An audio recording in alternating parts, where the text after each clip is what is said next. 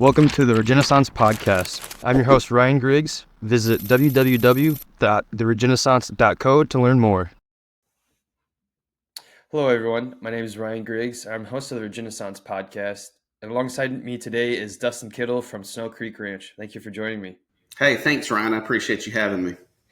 So I know I was fortunate enough to meet you in person last week and visited your ranch and had a really incredible time. And through that, realized that there is a lot that you have to share. And so I guess we can just really start from the beginning and just a little bit more about your ranch and what led you to where you're at now. Absolutely. And really enjoyed getting to meet you, getting to go around the farm and see everything. Seeing someone that appreciates the history side of it was a lot of fun. To give you some background on me, I grew up in Northeast Alabama. When I was born, my dad was a muskrat trapper and my mom worked at my granddad's gas station. And when I was about 2 years old, they bought a farm, a small family farm, and a sealed bid auction. And that was in an area called Sand Mountain, Alabama, which is in that northeast corner of the state, between kind of Georgia, Tennessee, and Alabama, up in that triangle. And our family farm was a commercial cattle operation. When I was really little, we had some registered hogs. And then our real primary source of income was in commercial poultry production. My parents grew for a company called Gold Kist. We had 3 poultry houses, and so we would be raising, for example, 30,000 chickens at a time. And that area is a very strong poultry production area as far as in the country. There are more poultry facilities that are there as far as poultry houses per capita, per acreage than just about anywhere in the world. And so I got a little bit of a taste of that early on as a kid as far as the industrial side of agriculture, and saw how difficult it was for my parents to be able to make it. They did not have a college degree. They were high school graduates. When I was born, I guess my dad was 21, my mom was 19. So when we moved to the farm, they were in their early 20s, and went into debt to be able to operate a farm and to have the independence of that. And fortunately, my mother still lives on that farm today. But along that path, I could see a lot of the things that were impediments to the family farms and the control that financial institutions had over the family farms, as well as the control of an entity like Gold Kist, one of the main poultry production companies in the 80s, and saw how where the farmer really took on the risk. These companies, though, they really the only thing that they are doing effectively is they're providing the bird. They're providing the bird into the chicken houses. You're raising the bird. They're taking it back. So all the risk is on the farmer. The poultry companies obviously did very well through the years. And so kind of seeing that, growing up in all of that, seeing in the commercial cattle space how difficult it was to make a go of it with the ups and downs of the market. And really seeing that there was a lack of resources available to my parents and other farmers in these rural communities when it would come to something like legal services.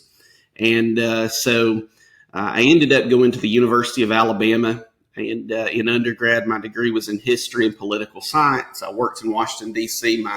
Part of my senior year as part of a project through the political science department.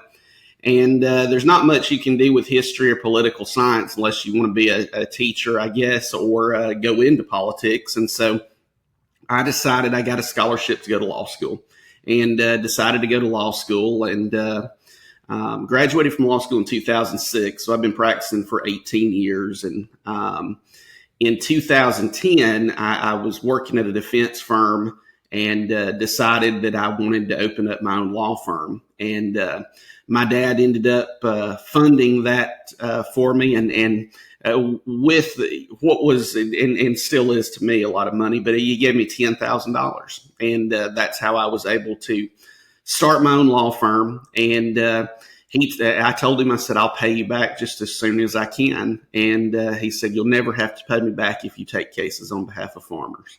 And so that was, without that, I couldn't have been able to do it. He fully supported what I was doing. And, it was 4 years later, and on September 9th, 2014, I lost my dad.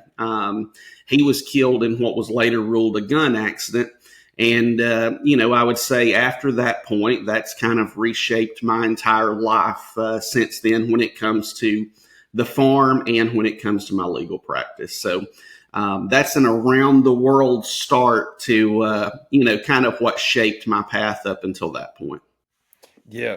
So thank you for sharing all that. And before getting to the most recent of those events you mentioned, going back to when you were a kid, you mentioned that there were 30,000 chickens on your farm. So I guess to get a visual picture of that, how many chicken houses and what did all that look like? Because Yeah, 30,000 that's a lot of chickens. it is. And that's kind of the industrial model to agriculture. And poultry has been captured and had been at that time to where, outside of hobby farming, nobody was raising poultry on a farm independently. And it wouldn't be long after that the hog market was captured to where you didn't have that. And that was part of when my dad actually got out of the hog business. But with the poultry houses, so you could picture those poultry houses were about the length of a football field. And they are metal, just kind of tin structures with kind of a V'd roof that goes up. And, I'm going to guess they were probably 60 feet wide, something along those lines. Of course, they have mega houses and things like that now, but you would get, typically it would be a load of baby chicks that they would bring in. They would bring them right to the farm there and just dump them out in those houses. Those houses would be equipped to where you could seal them off from the outside, as far as like rolling curtains up and down to manage temperature control. There was a feeder track that went around the entire poultry house to feed those chickens. You had drinkers that went around so that they could drink water. It was always something, though. When you've got an operation like that, there was always something that would break as far as the equipment, or you might have a disease that might be going through the flock, for example, that you've got to treat as far as a sickness or something like that. It was a constant deal to where I learned early on that animals don't go on vacation. And so, whether it was the weekend, whether it was a holiday, what have you, you've got to be there with them. Our operation when I was a kid was a broiler operation, which meant we would grow those chickens for a period of weeks, then we would sell them. Those would go to meat production. Later on, years later, we started growing pullets, which was a little bit of a different process to where we were growing birds that would ultimately be sent into like laying hen production after they left our farm. But in probably 2000, probably around the year 2000, I would say, maybe just a little bit before that, we had one of the 3 chicken houses burnt. And the chicken houses had been built in the 60s and 70s. So they were already used when my parents bought that farm in the early 80s. But once that chicken house burnt, we only had 2 houses. So we can only run 20,000 chickens. And after that point, it became nearly impossible for my parents to get a contract. And again, it's kind of the same thing that you see in agriculture, not just in poultry, but you see it in dairies now too, to where if you don't provide a certain volume, you're just not going to be able to sustain yourself. And eventually, we did grow chickens for probably another 5 years in the 2 houses with some independent companies. it was little more than a break even for us. And my dad ended up shutting down the poultry operation, and he turned one of the chicken houses, the newest one, into a cattle barn. And that's probably the happiest I've ever seen him, when he could get out of the poultry business and do what he really loved, which was raising cattle. So there's a lot to unpack there with the example of the poultry house burning down, because that's another thing that you see on the news of just gigantic, also in poultry, just plants burning down, and there's not a lot of insight to the actual houses and why that might happen. So I guess do you know what was the reasoning behind why that burned down? So on that one particularly, it was an electrical fire that had happened, and it, again, it was a product, I think, of the fact that those houses were older. You would have, you go back to the 60s and 70s, there wasn't quite as much regulation and standard as what we have, with these poultry companies now. But you would have literal wires that were going across the top of that chicken house with the old bat style insulation in places, and things like the thing. My dad was, I can remember the day that chicken house burnt, and it happened in the morning, on a Saturday morning. And my dad had left to go pick something up. We had a guy that was helping us there on the farm, and he said he was in that actual chicken house. He said he looked up and he smelled smoke. He looked up and could see the fire at the top of the roof. And literally within 45 minutes, that place, I mean, it was like a tinder box. It burnt to the ground. We opened the front door to that chicken house, I can remember, and there were probably 100 chickens that ran out. The rest would have burnt in there. And it just, and to kind of answer the question about why and how does something like that happen, I'll be honest with you in saying that in our situation, it was kind of a freak accident, just based on the fact that, it was an electrical issue. And, I think as my parents found out later, they had very little insurance that was even on that chicken house at the time, and it eliminated our ability to continue growing, really, unless we wanted to build another house back, and we didn't. But you see a lot of chicken houses that do burn today, and I'm talking about at the farmer level. And the reality of it is, I'm sure some of them are related to the fact that you've got a lot of electrical components inside of a confined space like that. And, really outside of just the company standards, you don't have a whole lot of oversight over that as far as checking all that. But there is no question that there are some farmers that have their backs up against the wall that, I have no doubt that they probably have had to, I say have had to, but they probably have burnt their chicken houses to collect insurance money. And, that's just me being completely honest about it. Is, some of these people, when you get your back up against the wall, what are you going to do? Are you going to lose your farm? Or if you've got a chicken house that one of these companies has come in and said, well, if you don't make these upgrades, that's going to cost several $100,000, then you're going to lose your contract. Well, what is the farmer supposed to do at that point?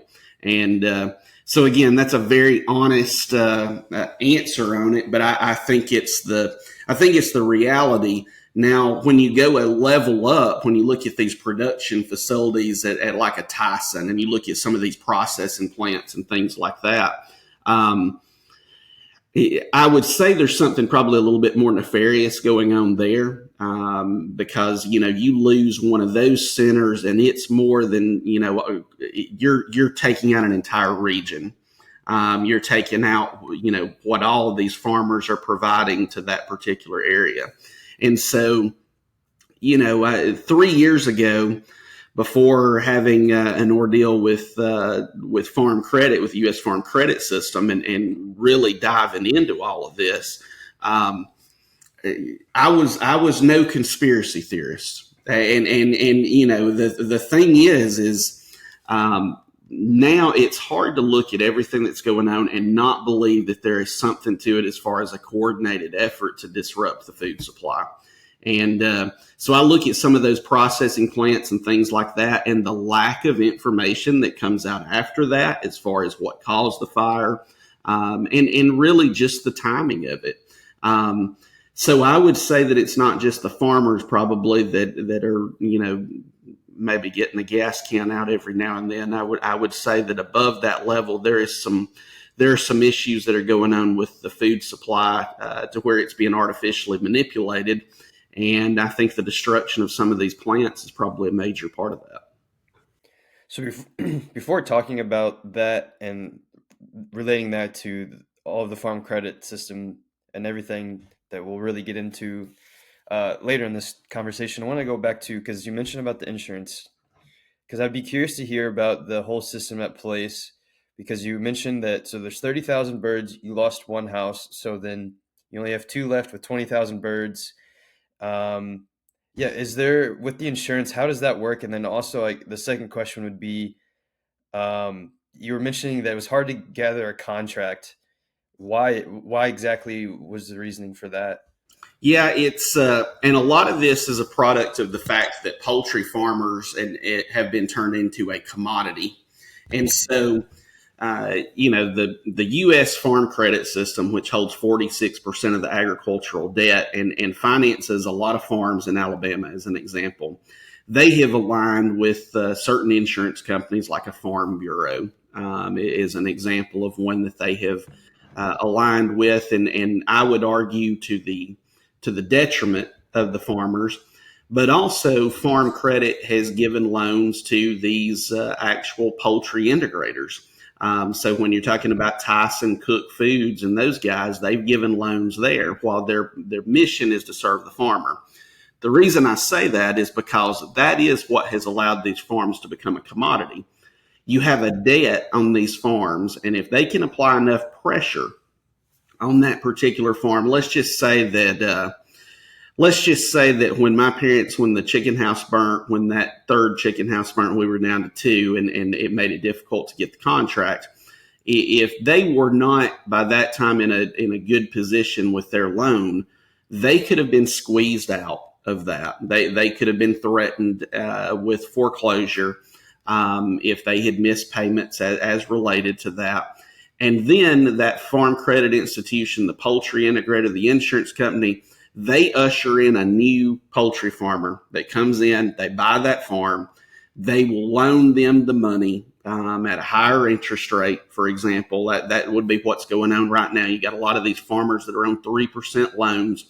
They can bring in somebody completely new if they can force the person with the 3% loan out, and then maybe have somebody on an 8% loan, and they're going to come in and they're going to make those upgrades that the company wants to try to improve the setup. And they also can probably get the funding to be able to build a third poultry house. And it's a deal to where everybody's got power over the farmer there. You've got the credit institution, you've got the insurance company, you've got the poultry integrator. And the poultry integrator has all these poultry farmers in a competition with each other, and a literal competition. They make no apologies for, although they've been dinged in some litigation over it. But I can remember as a kid, you would get a list of your neighbors that grew for that company and who did the best and who did the worst. And your pay was based on that. And, there was always concern over manipulation of those records. You had really no access. You were going by what those companies were telling you. But at the end of the day, it's all about for them the leverage that they have over the farmer to be able to ultimately get what they want, which is to turn over those houses, to get the latest and greatest equipment in each of them. And to give you just a little small example of how they can make that happen, there are certain hatcheries, there are certain places that you can get birds from that are not as good as from others. They know that as well. And So let's just say, for example, you're on a two house farm. You've lost a chicken house like what we did. If they want to squeeze you out, they can send a group of birds that are not going to thrive like what the other ones were. And when I talk about that list that they send out to the different people that are growing for them, you've got the people on the top that's getting maybe a little bit ahead.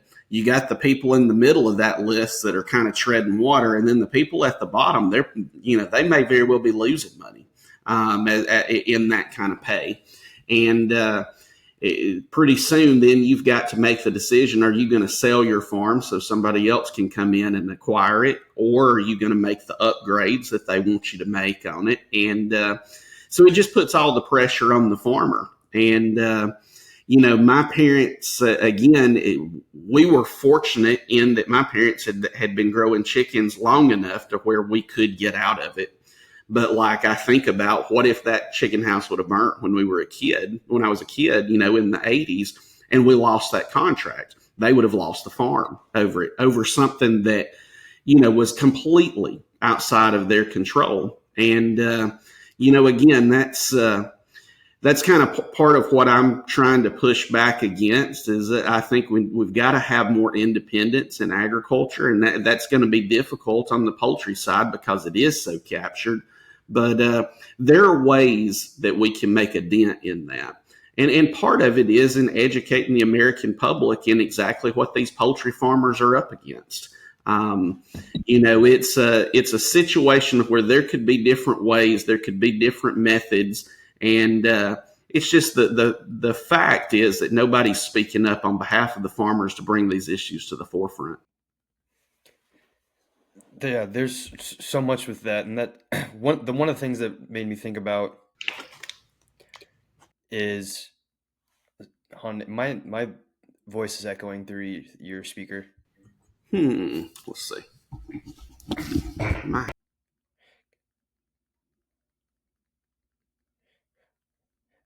Yeah, I can hear you.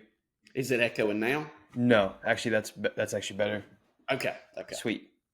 Um, so yeah, that based off of that made me immediately think of the book Meat Racket, where one of the first chapters is about the history of Tyson Foods, essentially how they're feudal lords. And so for the listeners, I highly, highly recommend Googling Jerry Yandell, Yandell, and that explains pretty clearly what Tyson does and pretty much exactly what you're saying, Dustin. And it's crazy because the farmers, they are taking all of the risks. They're doing a lot of the heavy work, and then a lot of things that are completely out of their control can happen to where, for the example, like Jerry Yandell, to where he went through hell, and the end result was he lost his farm. And so that just continues to happen, and it's a shame. So I guess with that too, there's a couple of questions I had on the whole poultry production side of things. Do you know why your father chose that route in the first place? Yeah, I think that was probably just in that area. Again, it's a very heavily populated poultry farm area. Even right now, I could just about throw a rock as you're driving down the streets there and hit a poultry farm. And there, there's various reasons for how that developed, but I think the main reason that my dad did it, or my parents did that, was because my dad wanted to raise cattle, and wanted to raise livestock. He wanted to have independence. He ended up having a steel fabrication business that he ran off of our farm too, building farm equipment. In fact, and but the poultry side of it at that time did give you a little bit of something to where you kind of knew that you could make your farm payment. And, it was when you're talking about two young 20-year-olds, and it's kind of the same thing there now. There's not a whole lot of situations to where you could go out and get a loan on a farm, just on and the poultry companies do provide that backing as far as, again, they're aligned with Farm Credit, and Farm Credit wants to write those loans. And in part, they want to write those loans because in modern day now, the poultry farmer's check goes from a Tyson Foods, for example, directly to Farm Credit, and the Farm Credit holds that money. And this is the case in Alabama Farm Credit. I know they hold that money, so they are guaranteed to get their payment, and they hold it before the payments ever come due. So that was just I think that was probably the best way that my dad figured out to be able to ultimately obtain independence with that farm. But it took decades for him to be able to do that. I mean, it took him almost 30 years to be able to be in a position where he did not have to grow the chickens anymore.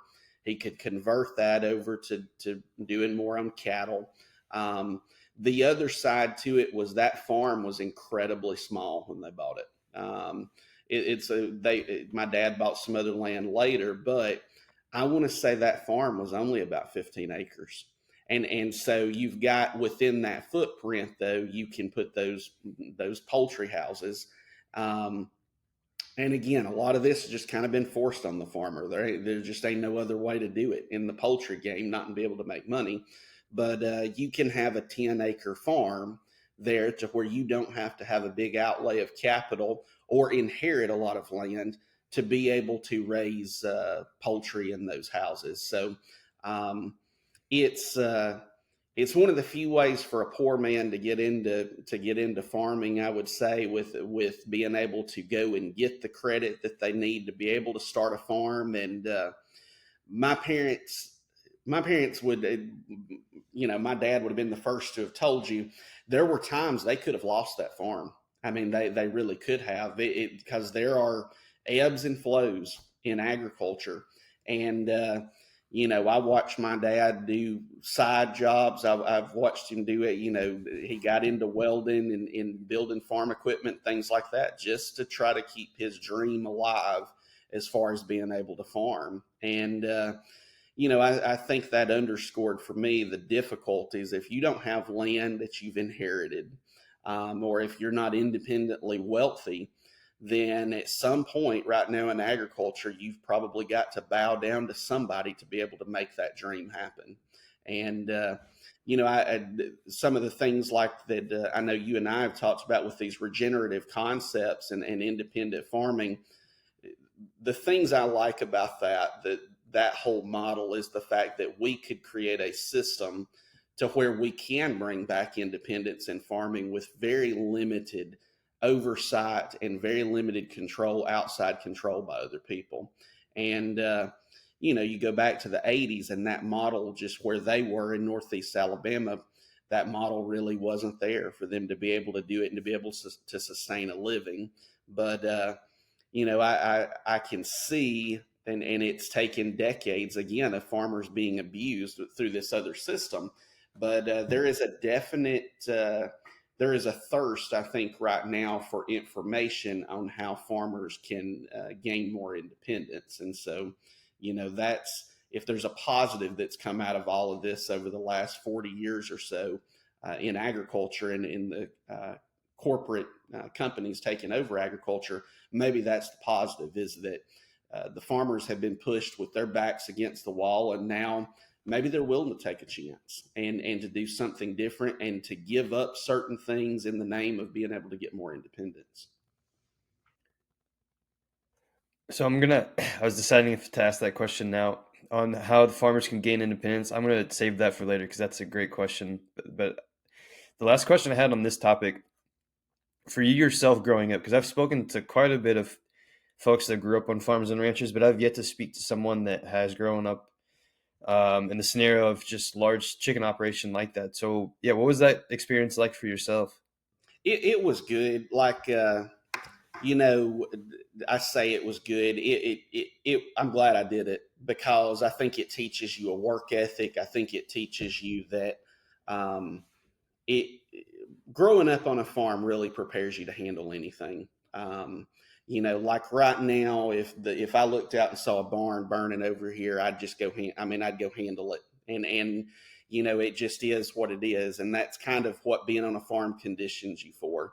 And I can remember as a kid going up, and I want to say that my mom would even take, and I actually I know she's told me this, she'd take like a playpen when I was just a little kid and put it inside the chicken house.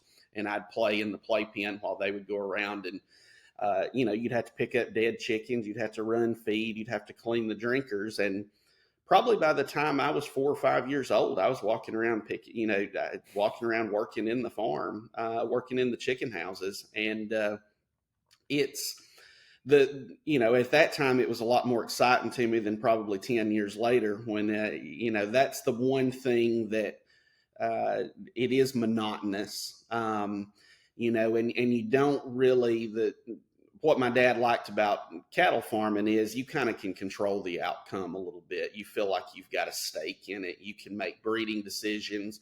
You can rotate your grazing. You can do a lot of things to kind of get a leg up. To where in the chicken business, you really are, you're an employee of those chicken companies, an employee without benefits and without any kind of protections. But you're going to have to do exactly what they tell you to do. And so it was different. It was constant. I can remember many nights being out there. It'd be 2 or 3 in the morning, and we would have had, let's just say you got a water leak in one of the chicken houses. You got to go take care of that, because those chickens are so fragile, so nervous. They might go get in a corner and pile up and smother themselves. I mean, so it's both my parents were very disciplined, very hard workers. It was very much a team effort between the two of them, my mother and my dad. And I wouldn't trade it, but I certainly wouldn't volunteer to go back and do it again either. Well, I'd be curious too,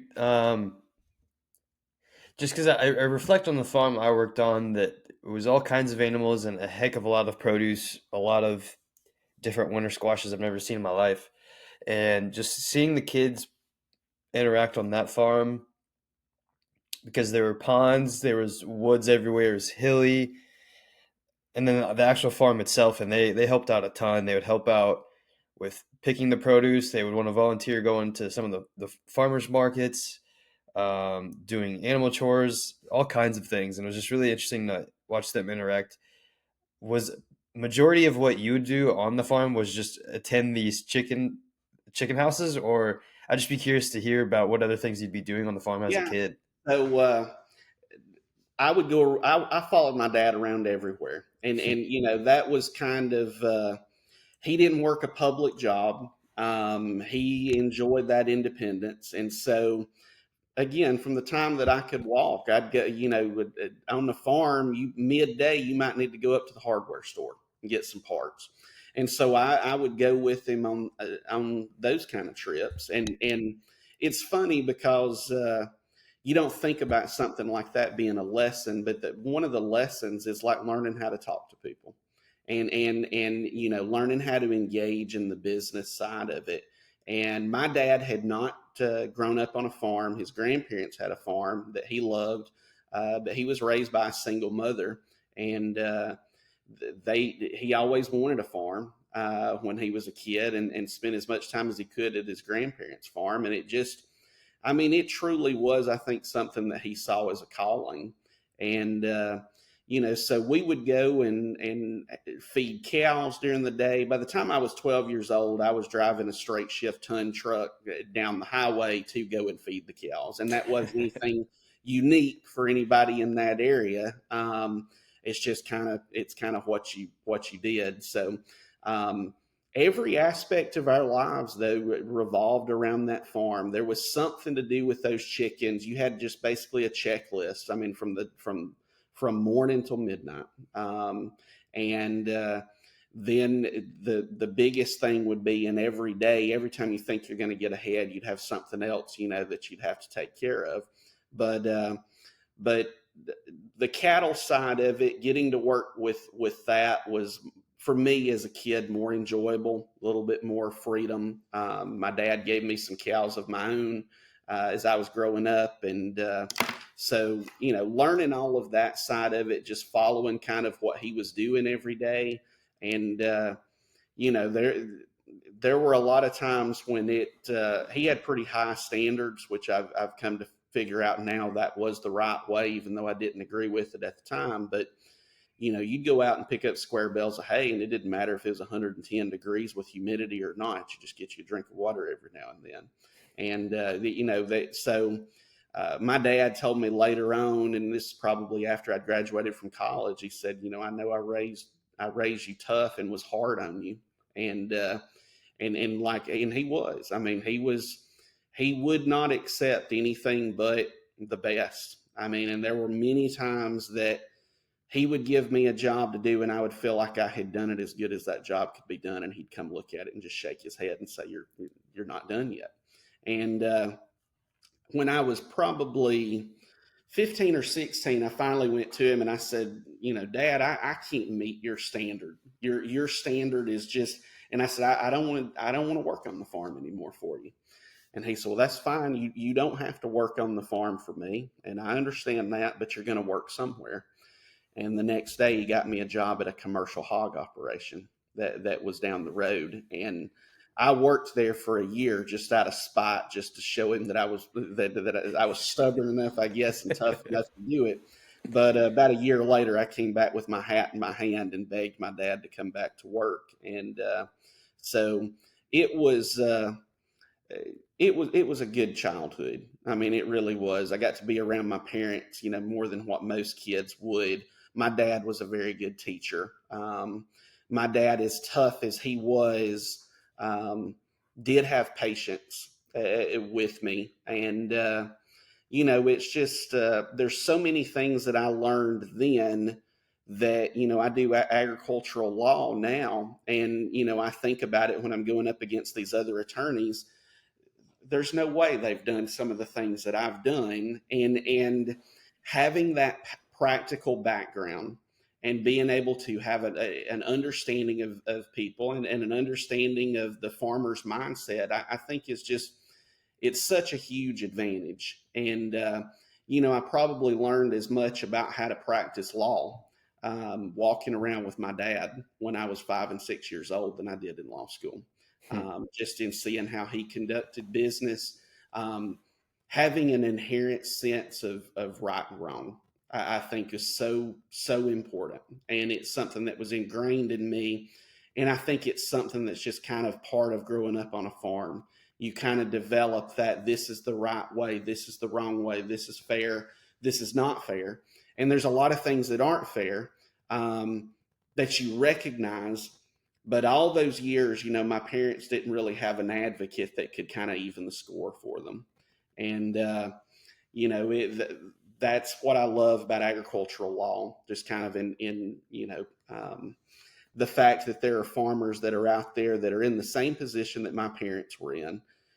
They're getting the short end of the stick on something, and being able to come in and kind of even that score for them. That's kind of the way that I pay my dad back, I guess, and try to build on his legacy is he would be most proud of all the things that I do in taking up for farmers who need help, and trying to help even that score for them when they're going against these corporations and these high price lawyers. Yeah, this is a great segue into just the whole world. So you graduated from Alabama, and then you went to law school in Alabama, or would you go to law school after that? I went to law school at Samford University, Cumberland School of Law. I had a partial scholarship to Alabama, and um, ended up getting a full scholarship to Samford, which is a private school in Birmingham. Their claim to fame is in practical trial preparation. And so they have a nationally ranked and regarded trial program there. And so that was a great twist of fate, and ended up going there. And if they had not given me a full scholarship, I would have ended up going to the University of Alabama, which is an outstanding school. But I don't know that they have the focus on the trial side. And so when I went to Samford I guess it was my second year, I was elected Chief Justice of the Moot Court Board and got selected to the national moot court team. And so I got to travel around the country and compete in moot court and to compete against students from other schools in basically a debate competition is what it was. And again, learned more in doing that than I did in looking at the books and things like that. There are some lawyers that are very technical. My law partner, Ashley Posey, that lives on the farm here, she's a very technical lawyer as far as, she can go through on a statute and break down every part of it. And not that I can do that, but I don't want to have to do that. I'm a very fact driven attorney. And for me, like the perception of everything at the end of the day is everything. Um, it's, it's a different philosophy as far as how to practice law. I almost practice law in reverse compared to most people, but if I've got a fact set that to where the person has been done wrong, and again, I go back to that inherent sense of right or wrong. I just always trust that I can find a way in the law to be able to make it right for them. And so I put a lot of stock in people. And again, that's just kind of going all the way back to my background. If I believe in you as a client and I can get behind you, um, and be invested in your case, we can win it. I mean, that's the way on it. And if I don't believe in you in your case, I don't take it, just because I can't fake it at this point, not 18 years in, especially. And so, going to Sanford and getting that practical experience was huge. It When I was in law school, I interned or did a clerkship, not with a law firm, but I did a clerkship with the Birmingham Barons minor league baseball team, and worked out of their front office. And I thought that was cool. And I wasn't sure that I even wanted to work at a law firm. And outside of moot court competitions, where occasionally we might be in a courtroom or something like that, the first time in my entire life that I had ever sat foot in a courtroom where court was going on, I was a licensed attorney. And that's probably pretty unique. And went straight, really, after law school. I got hired at a defense law firm doing environmental law, primarily advising a lot of environmental companies on things to try to avoid liability on the front end. And I kind of got thrown right into litigation from the start, and at that first law firm, and that was good. It was a sink or swim. I was working at a minimum, and this will sound a little crazy, but I was working at a minimum 80 hours a week. I can think of multiple times to where I worked through the night, would drive home, take a shower, and didn't sleep, and turned around and come right back to work. But I was kind of having to learn at that time how to practice law in addition to doing the actual work. And I just was so I knew that, like, if I ever gave them an angle, if I wasn't pulling my weight, that I didn't have anybody that could make a phone call on my behalf to make sure I didn't lose my job. And I and this is the philosophy I tell the attorneys that work for me now, is work so hard and make your work so good that I would be a fool if I ever got rid of you. And that's kind of what I tried to do when I first started practicing law at that defense firm. And I worked there the entire time until I left. And when I left, they tried to get me to stay. And, but it just, I needed a change, and it turned out to be a really good move. So whenever you left, was that at the time when you received the news about your father? No, that would have been 4 years before. So that would have been in 2010. And we had it without giving any kind of attorney client confidentiality. Like I mentioned, I was doing environmental law primarily at the time, and really was limited to my practice was so focused. There was a specific set of chemicals that like I was responsible for as far as litigation issues. And we had a case that I was assigned to that involved farmers putting that chemical out as a fertilizer. And the chemical was not for fertilizer. And I can say what the chemical was. The chemical was called PFOA. And PFOA is essentially what is on a Teflon pan. It's what keeps it from sticking. And they put it in soil resistant carpets. It's what's on the wrapper of a hamburger to keep it from sticking to the wrapper. Um, so I was studying. I was basically responsible for that litigation, and there were allegations that it had caused cancer, and there was litigation that was going on all across the country, and there was a plant, a chemical plant that, as I understand it, was taking their wastewater and they would sell that to farmers at a lower cost for those farmers to be able to have fertilizer.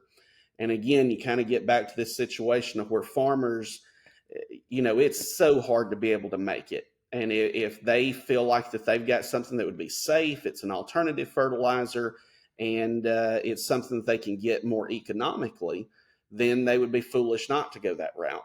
And so they bought it, they put it on the fields, and the allegations were that you could draw a map around where that was spread, and there was a high instant rate of cancer.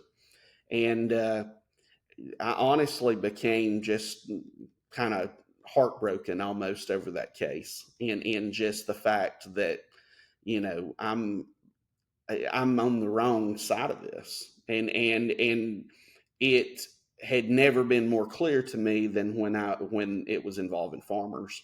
And so when I left, I had a 6-month-old daughter. Um, I had no office. I had no money other than the money that my dad had given me, and I walked away from a great job with great benefits, and I didn't have a client. The statute of limitations is probably run on this, so I can say it. But the first client I ever met with, I met with them in the conference room at the law firm I worked in the last day, and I just told them, I said, "Hey, I'm here one more day or whatever," and I told them, I said, "Hey, I've got somebody that I'm meeting with," and it wasn't any competition to them, but that's where I met with my first client, was on my last day working at that law firm before I left. And um, we were on I mean, when you talk about a shoestring budget, like I ended up, another attorney went in with me that was at that same law firm, and he did environmental law as well, and he also did construction law. But when we first started out, I'm talking about, we licked the stamps and on the envelope and drove them to the mailbox, and we didn't have a receptionist. I'd answer calls, and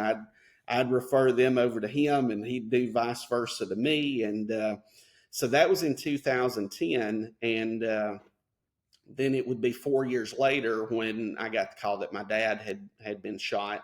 And I was on my way to work that morning. Um, my mother never calls me usually during a work day. Back then, she would never call me, and I was on the other line. I got a call missed from her, and I didn't think anything. I thought, that's odd. She never calls, but maybe something. She's just calling to say. And again, I was on my way to work that morning. It's probably about 8:30, between 8:30 and 9. I was almost to my office, and I looked down and had a text from her and said, "Dustin, call me. It's an emergency."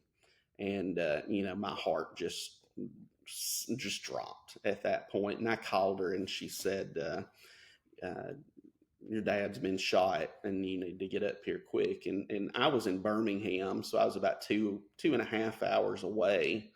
And the next thing I can remember after that was I had been on Interstate 459 in Birmingham, and all of a sudden it was like I just snapped to and looked, and I was walking down the side of the interstate, and I looked back, and my truck was like a mile behind me. I'd just been walking, and it's just like I think I just went into shock, was the situation. Yep. And that walk back, then I was devastated, but I also just, I don't know why, but I knew that I knew I could feel that my dad wasn't going to make it. And like I knew at that moment my life had changed forever. And that's the only time really that I allowed I let myself feel sorry for myself was in that walk back to that truck.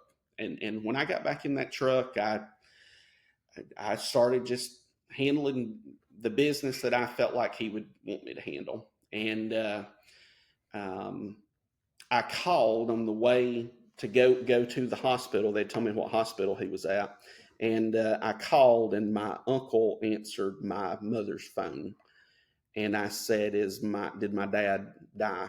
And I was probably halfway back, and he hesitated, and I said, "You don't have to say anything else. I know." And so I went. I didn't even go to the hospital then. There wasn't anything I could do at that point. So I went and told my dad's mother, my grandmother, which was incredibly difficult. And then I went back to the farm and I went around and I made a list of it where every single cow was. And at that point, it had been probably since I had started practicing law. You know, when I started practicing law in 2006, we're talking about that's 8 years later. I had been removed from the farm. I would come home on weekends, but I was trying to run my law firm, not thinking that I'm going to need to know all this on the farm. And there were cows and there were pastures he had leased that I'd never seen before. Like, I might go up there on the weekend and we'd look through some of the cows, but there were cows that he had that I had no idea who they even were. And he had 13 different pastures leased.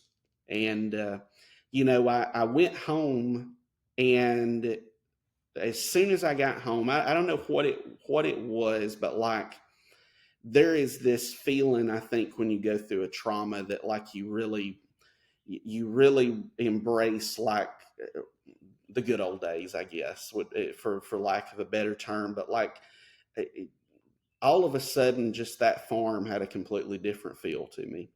And I walked out there with those cows that day, and it was, and I still say this today, the cows are kind of the last connection I have with my dad. And my dad, there was nothing he loved more than his cattle.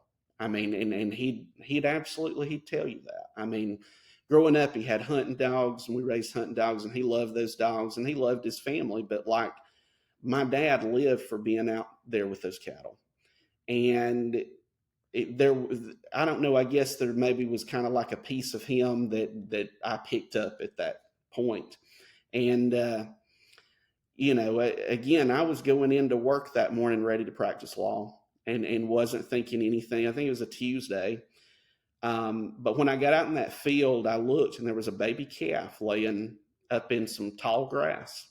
And I thought, dang, of all days, to have a baby calf born. And now I've got to go tag it and take care of all that, just like what he would. So I went and got the tagging gun, and came back up there, got the scales to weigh the calf, because we weigh the calves when they're registered.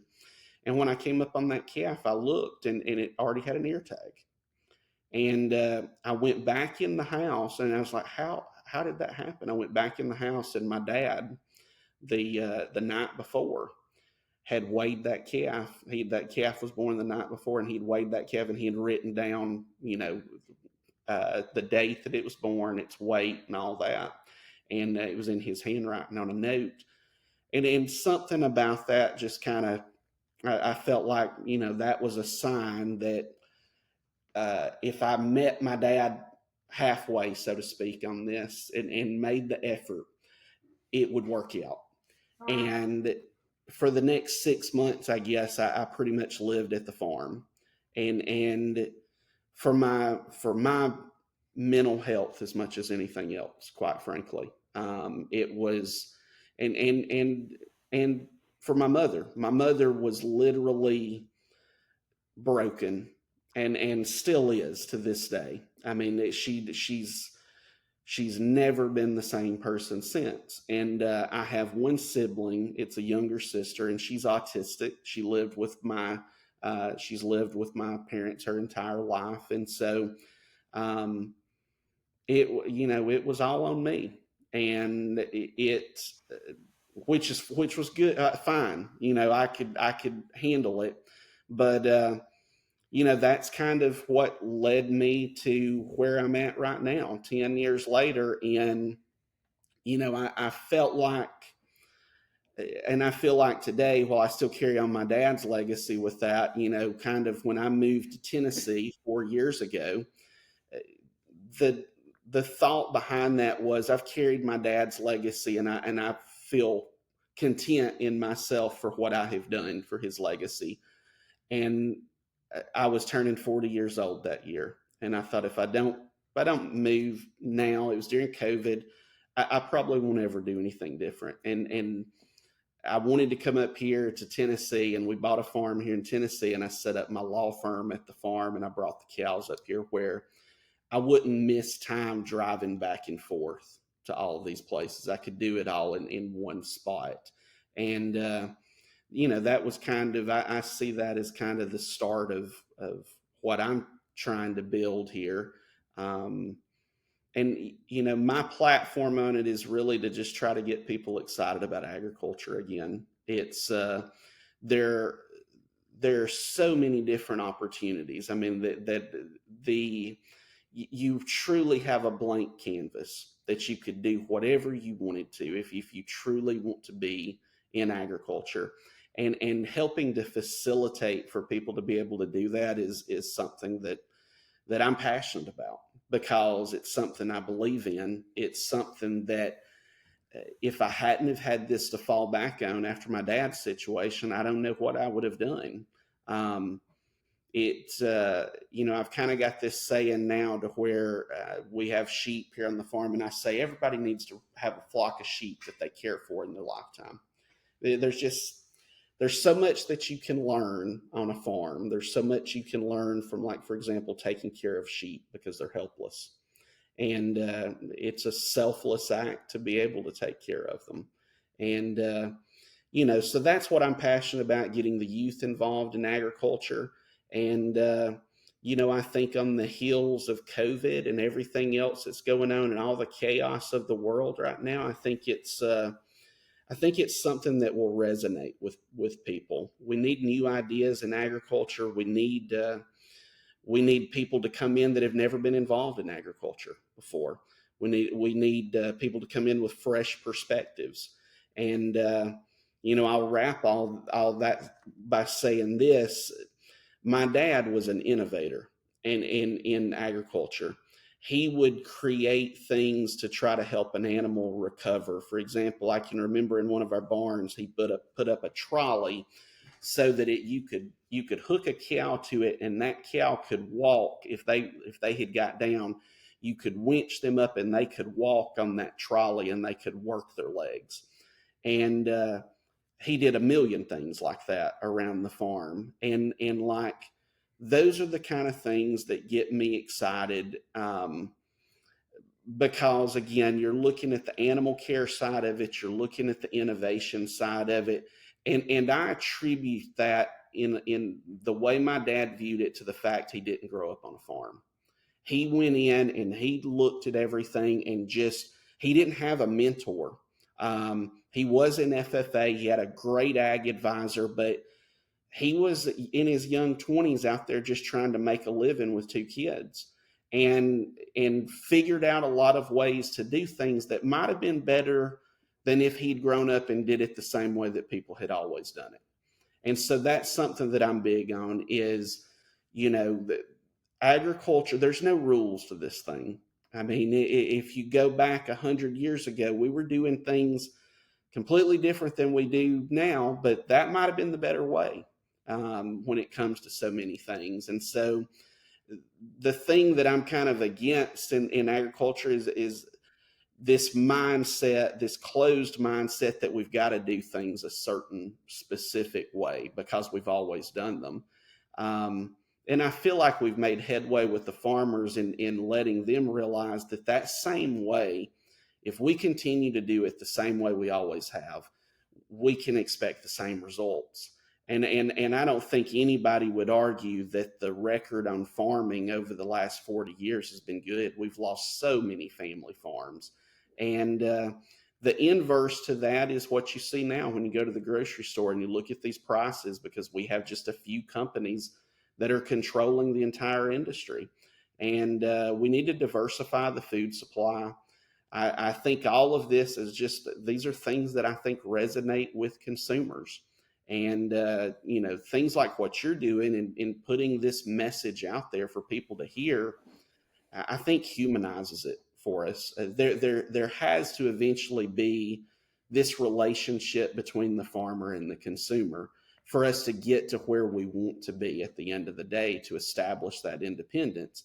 And it can be done. It just will take some forward thinking to get there. So that's a long way around of kind of telling you where I'm at to where I'm at now. No, I love that, and wholeheartedly agree with a lot of what you mentioned.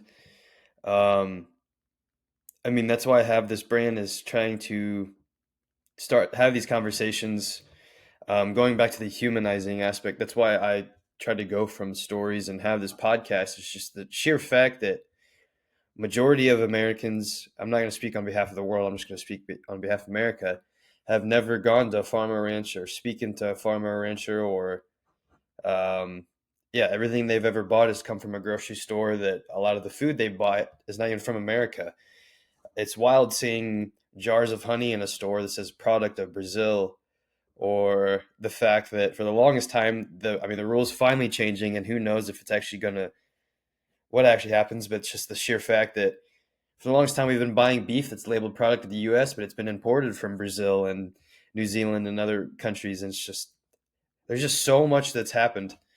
And so I guess just going back to those 6 months, because that is wild. There's very similar experience for me, to where for 6 months I was back home taking care of my brother, taking care of my mom. My dad was there, but I was the only physical able body in the household, essentially. So were you doing law as well as just having to take care of the farm, essentially, now with your dad gone? Yeah, what was that 6 months like? So I was still doing law, but I was more. I did take a step back over that 6 months. I was fortunate; I had a law partner, and he was great during all of that, and kind of was like, take as much time as you need. And we had several associates that were working for us at the time by that point, and so that helped. But yeah, I was really splitting my time as far as between practicing law and being on the farm. But the farm came first. There was one other aspect to it too, though, that my dad by that point had a thriving steel construction business. We My dad had started off as a welder in a little shop by our house, and he had expanded to the point that he'd actually had a shop in town, and he was doing structural steel projects.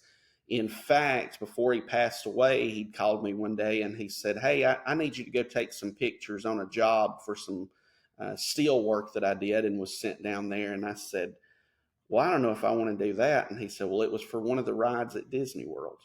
And so I got to take my little girl to Disney World, and we got to take pictures. And it was the Little Mermaid ride. And my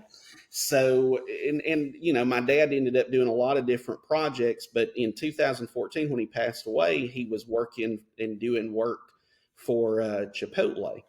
And we were a subcontractor, but ultimately that's where all the work was going on. So if you go back to like in the 2014 time period, Chipotle was really expanding. And I'm talking about the Mexican restaurant Chipotle. And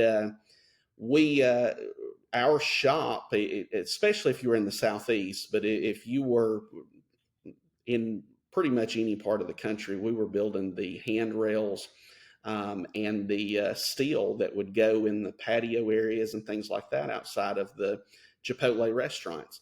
And When my dad passed away, that I guess it was probably in the first 2 weeks after that, I went around to all of his steel customers to let them know that there wouldn't be any kind of interruption, and we would maintain the same kind of quality.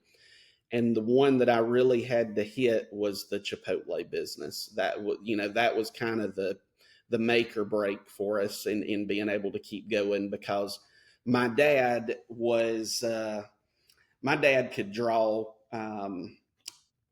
not technical blueprints, but he could draw out and sketch how to build anything. And I didn't have that skill set and didn't have time to learn.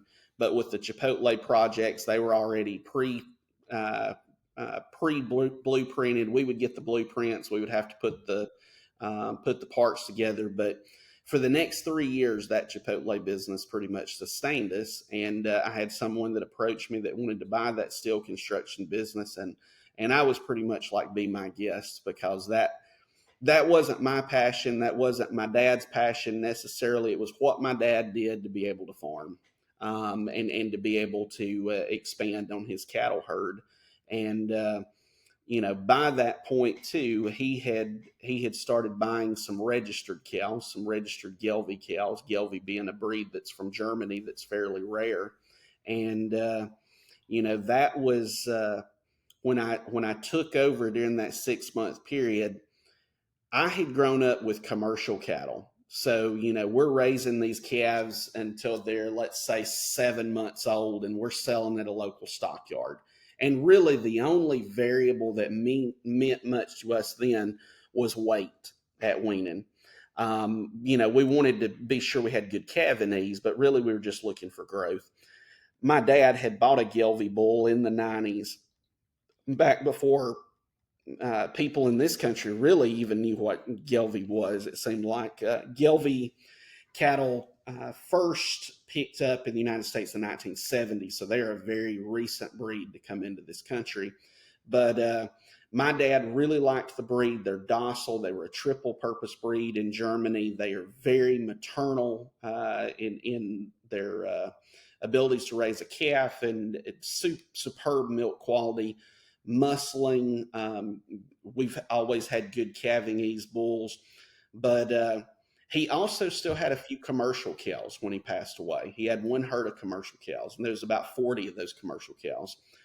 On that first day, when he had passed away, I did not make it to the pasture where the commercial cows were. And I had told my mom that night, I mean, because literally that night we went from, that morning, our lives are as normal as they can be, to that night we're trying to figure out what in the world are we going to do. Because the one thing you figure out there is, it's nobody's fault, it's just the way that it is, but it's a helpless, hurtful feeling that the world goes on. The world does not stop, and you're sitting there, and your life is broken. Okay, and you're trying to figure out what to do, and it's nobody's fault. It just they have to, but that's one of the worst feelings in the world, is when your world has fallen apart and everybody else's world is still going. And so that night we started talking, and I said, Mom, I think what I can do to make this work, I'm going to just sell the commercial cows. My dad was going to sell and expand more into the registered side anyway. Probably had 60 registered cows at that time and 40 commercial cows probably at the point when he passed away. And I told her, I said, tomorrow I'll go over and I'll take a look at that pasture and price some of these cows. And the cattle market then was really good. It was strong. That was in 14 before the market fell back down again. But I drove up to that pasture. It was probably, I don't know, 10 minutes away from where our home farm is. I drove up to that pasture, and it was a pasture that I knew well. My dad had it since I was a kid, and had leased it. And there were two guys that were leaned up on the gate, and the gate was locked. And I walked up behind those guys, and they turned around and looked at me, saw me pull in. And they said, "Hey, we heard this guy died. Do you know when they're going to be selling off his cows?" And I said, "Those cows won't ever be sold, and you need to get off this property." And I guess just because of that, I kept those commercial Hmm. cows and did not sell a cow for years there. I just again, I kind of took that as a sign of like, there's some reason I need these commercial cows. And what I ended up doing with that commercial herd is I put registered cattle embryos in them. And so I used those commercial cows to help continue building up my dad's herd by putting in the registered embryos in the commercial cows. And then the calves would be able to be registered as registered stock.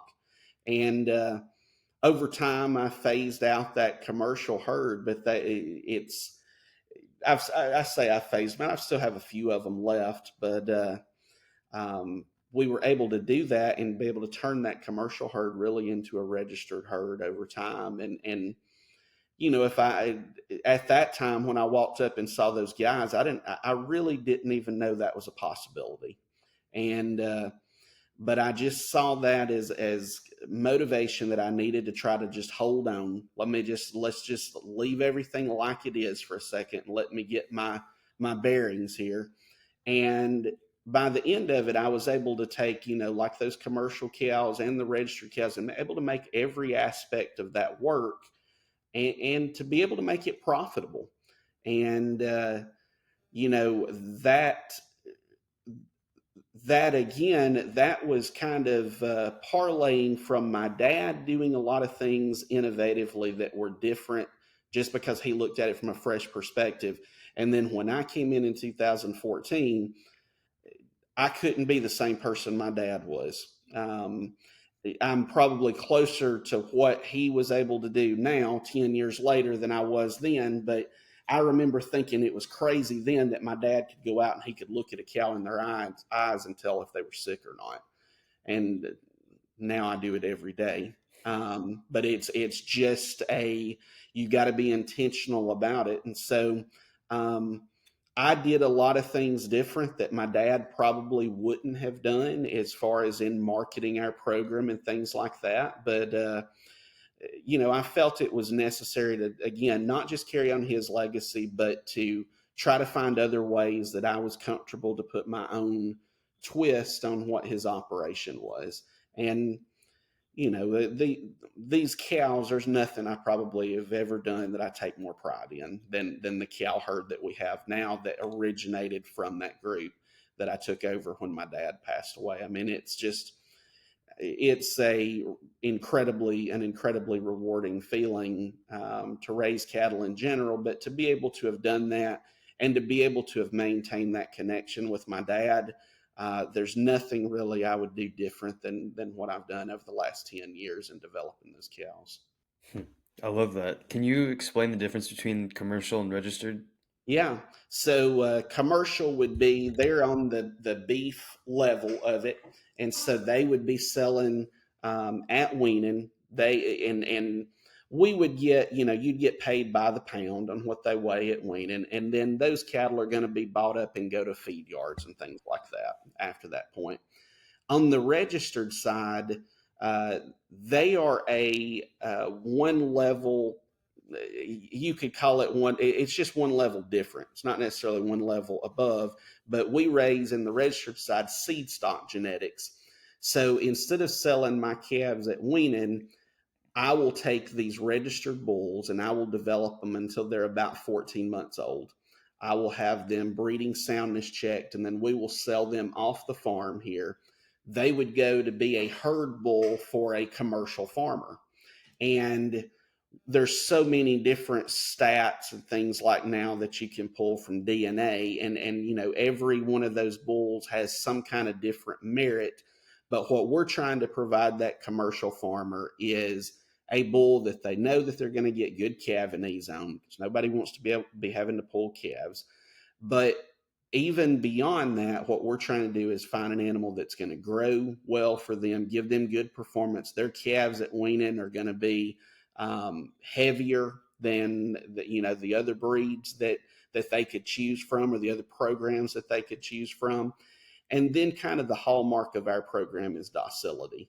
Gelbvieh cattle were docile, I think probably because they were dairy and beef in Germany. And I think it's just over time that something in their genetics and something in their environment that's been passed along keeps them to where, Ashley and I were in the barn last night, and we have a calf that's in there that's getting some treatment. And I mean, we were walking up just milking that cow, and she's just standing there. And, you know, that I say that being a hallmark of our program because, again, I want people to be comfortable that would come into agriculture for the first time. And I think that that's one of the things that people worry about, rightfully so. When I was a kid and my dad had commercial Brangus cattle, and it was the night before we would have to work them to give them their vaccines or whatever. Oh, I would just lay in bed all night with my stomach in knots, thinking, "Man, I wish I didn't have to work those cows tomorrow because they try to kill you." I mean, and again, my dad being and I'm glad of this, but my dad would make me stand in an area, and he would say, "You do not move, and if that cow runs over you, you can move to stand back. You can get back up off the ground, but you do not move." And sometimes they'd hit you, and they'd probably arrest a parent now for doing that, but. That I think that was a big part of why my dad liked the Gelbvieh breed, because of them being docile. It's easier to work them. And when we moved up here, I didn't want to change the direction of Gelbvieh, but I did add some other breeds that we breed to Gelbvieh to create these crosses. And when we moved up here, I had a 12-year-old daughter, and I like any parent, you don't want to go out in a pasture and worry about having to keep your head on a swivel that something's going to happen. And so I really enjoy the seed stock side of it. Um, and like I said, we've done the beef commercial side of it, and I appreciate everybody that does that. You need the entire system to working together. But on the genetic side, what we're trying to do is to be able to give the commercial farmers the resources that they need to be able to make more money. If I can give them a bull that's going to wean them calves that's 25 pounds heavier on average across the board, that could be the difference in them making their farm payment or not. And on the seed stock side of it, selfishly, I get attached to these cows, and I like the fact of knowing that if a heifer's born here that we're going to keep back, she's going to spend her whole life here. I don't have to worry about, when I was a kid, and again, it's just part of it. And this was an important lesson to learn, but there were a lot of calves I was attached to that ended up, going into the beef supply. And when I had it to be, the registered side of it is a lot of work. I mean, it's the paperwork we have to do, the marketing that we do to sell off the farm, but there's nothing that can give us more independence, that would give me more independence than being able to sell our product here off the farm, as opposed to having to count on the market being up or down. And, I really enjoy the seed stock side of it, the registered side of it. I love looking at these cows' pedigree. I love looking at their history. I tell people all the time, every animal that's on this farm, cow, horse, llama, or sheep, there is a reason that they're here. And each of those animals has their own story.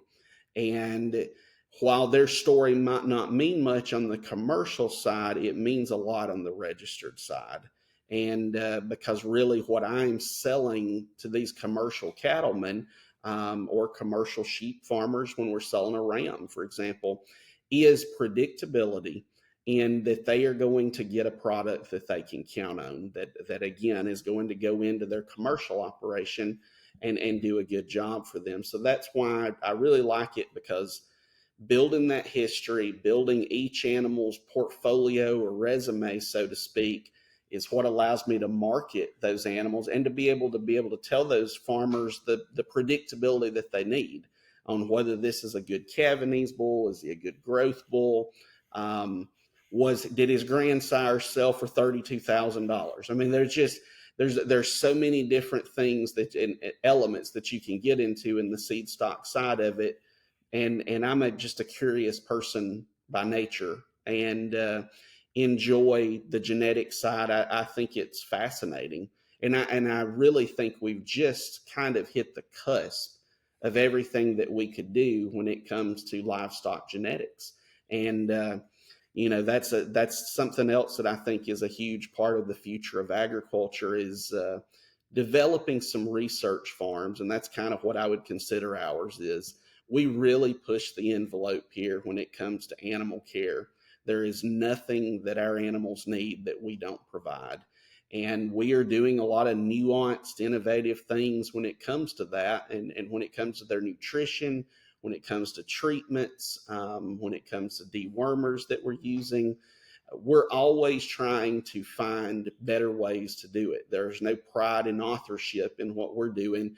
If somebody's got a better way, that's what matters at the end of the day. And, to kind of circle back on that, I think that this regenerative agriculture movement is a much more cooperative mindset than what we have had in the past. It's agriculture for far too long has been competition. They have pitted farmers against each other when the reality is, if we get our markets correct, there is enough demand for all of us to do well.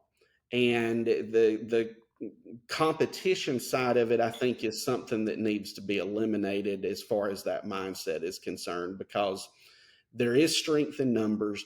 I don't want to see any family farm that's lost, and there might be something that guy on that family farm needs to know that we've put together, somebody else has put together, that might allow him to conduct his operation more efficiently so that he could make it.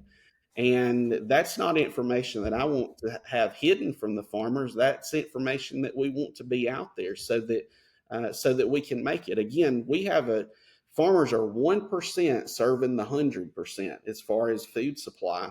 And so there's no question that there's demand. There's no reason that we have to be ultra competitive in it. But I think corporate agriculture is what has created that mindset, and we've created scarce resources, and that's just a natural reaction to scarce resources. But having a more cooperative mindset is definitely something that I think is the future of agriculture. It's something I've really noticed too. Talking to a lot of other farmers and ranchers, they have very similar sentiments, especially considering, I mean, even just in the last 3 years, we've lost over 100,000 farms. And so, yeah, the family farm continues to dwindle. A lot of the government institutions try to make it even more tough for a small family to thrive, even survive, not even thrive, survive. They are pitted against like crazy. I mean, the whole story about Nurse Cooperative in Michigan right now, to where they lost $90,000 worth of raw dairy. And I mean, I don't know if you saw that video surface, but it was just such a disgusting video, because the two USDA government officials, they weren't even the ones throwing away the dairy. They're too chicken shit scared to do that. And so that video just perfectly showcases the whole current climate of agriculture, from the institutions that we're supposed to trust, that are supposed to, have the farmers and the population in their best interests, but they are doing dirty work while not even doing the dirty work themselves. So yeah, that's what also gives me hope. With so many folks are learning about what's happening and supporting by their dollars with the food they're buying, or through sharing knowledge, because knowledge is truly power, especially in the context of agriculture. I mean, that is above all else. That's why I have this podcast, is to share all of that. Um, so yeah, I guess my next question would be going and tying that into the whole farm credit system, because that's actually how I found you in the first place on Twitter.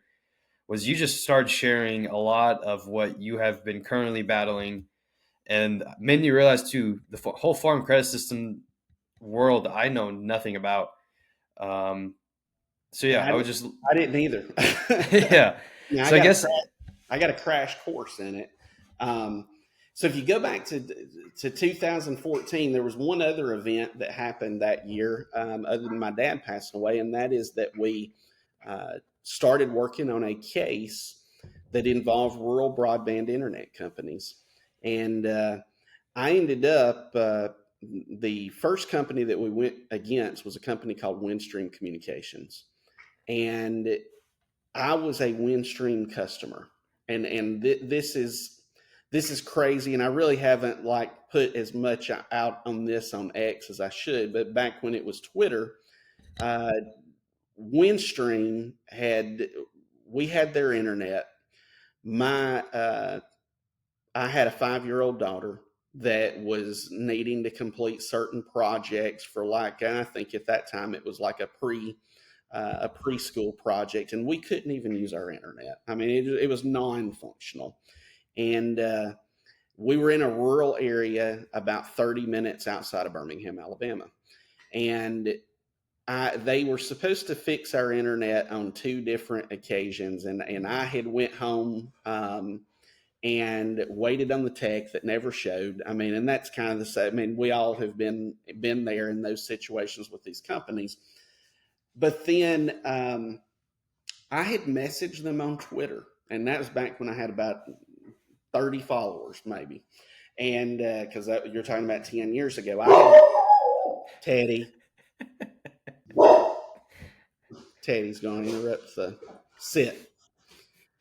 Um, let me let him out. Hold on. Yeah, no, for sure.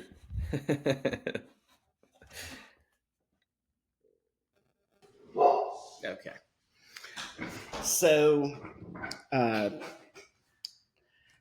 I had sent them a direct message on Twitter, Windstream Communications, and basically said, you need to get a handle on your customer service. I said, we can't even get internet right now. And they were a little smarmy in their reply back to me and basically said, well, right now there is no ETR. And I said something like, well, what even is ETR? And they said estimated time of resolution. And I basically said, you're preying on customers that have no other option because they were a monopoly. They had all of the internet in that community. And so they could sell you whatever they wanted to, and they could give you speeds that were far less than what that was, and you didn't have it. If you wanted to have any internet, just a smidgen of internet, then that was your only chance. And so from that, and I told them, I said, I'm gonna pursue something on this. And after sending that message, I went and I pulled our latest bill, and I looked at that bill, and it said, if you sue us, whether you win or whether you lose, we will pay your attorney's fees. And I realized immediately they've made a huge mistake. They did that because they kept people from being able to pursue class actions. That was the trade-off. The trade-off was, as long as you sue us individually, we will pay your filing fee and we will pay your attorney's fees, whether you win or whether you lose. And what it should have said at best was, if you win, we'll pay your attorney's fees. But it actually said if you win or you lose. So then it became just how many people could I get signed up before they changed those terms and conditions. And when I started speaking up, I realized that in these rural communities all across the Southeast, but very heavily in North Georgia, Windstream was doing the same thing. They might be selling you 20 megabytes of speed, let's just say, which back then would have been a decent speed, but it is nothing to really crow about. But what you would actually be getting might be half a megabyte of speed. You might be getting dial up. And the reason that it was is because they were running internet across these old copper telephone lines that they had bought from some of these phone companies for pennies on the dollar.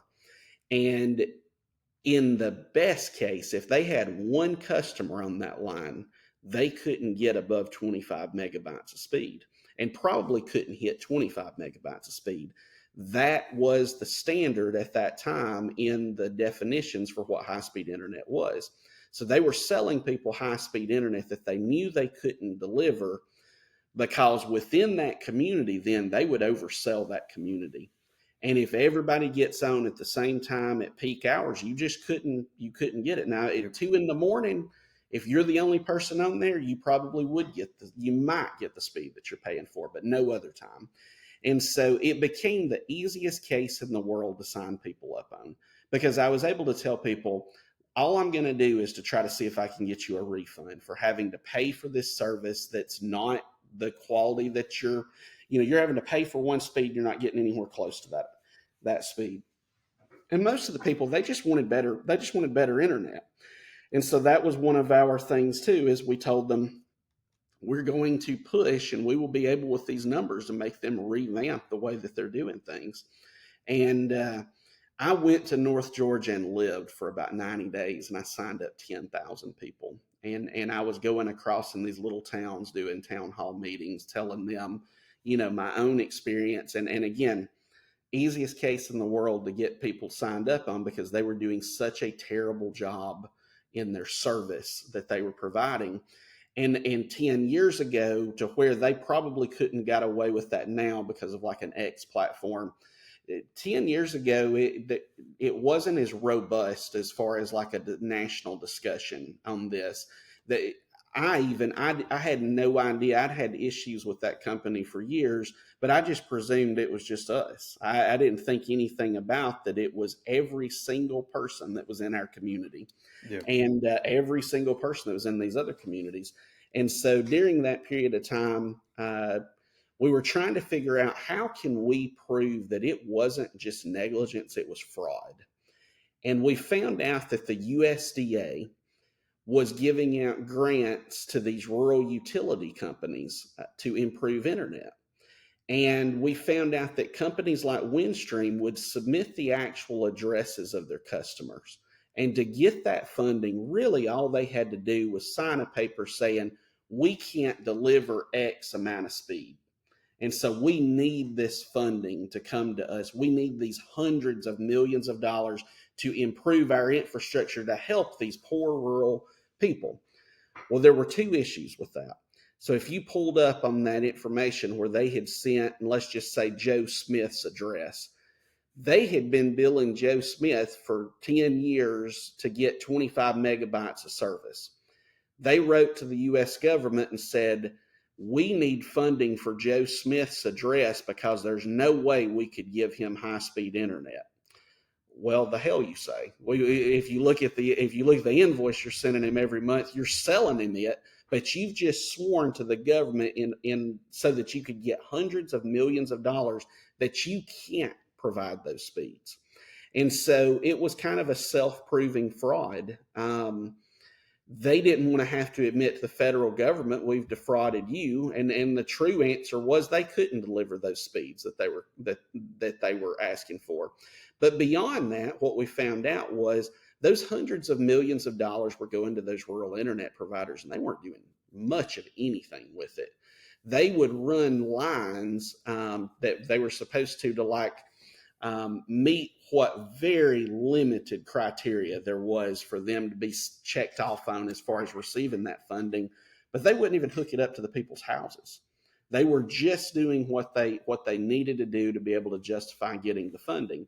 And we were shocked that the USDA was involved in that, and they still are now.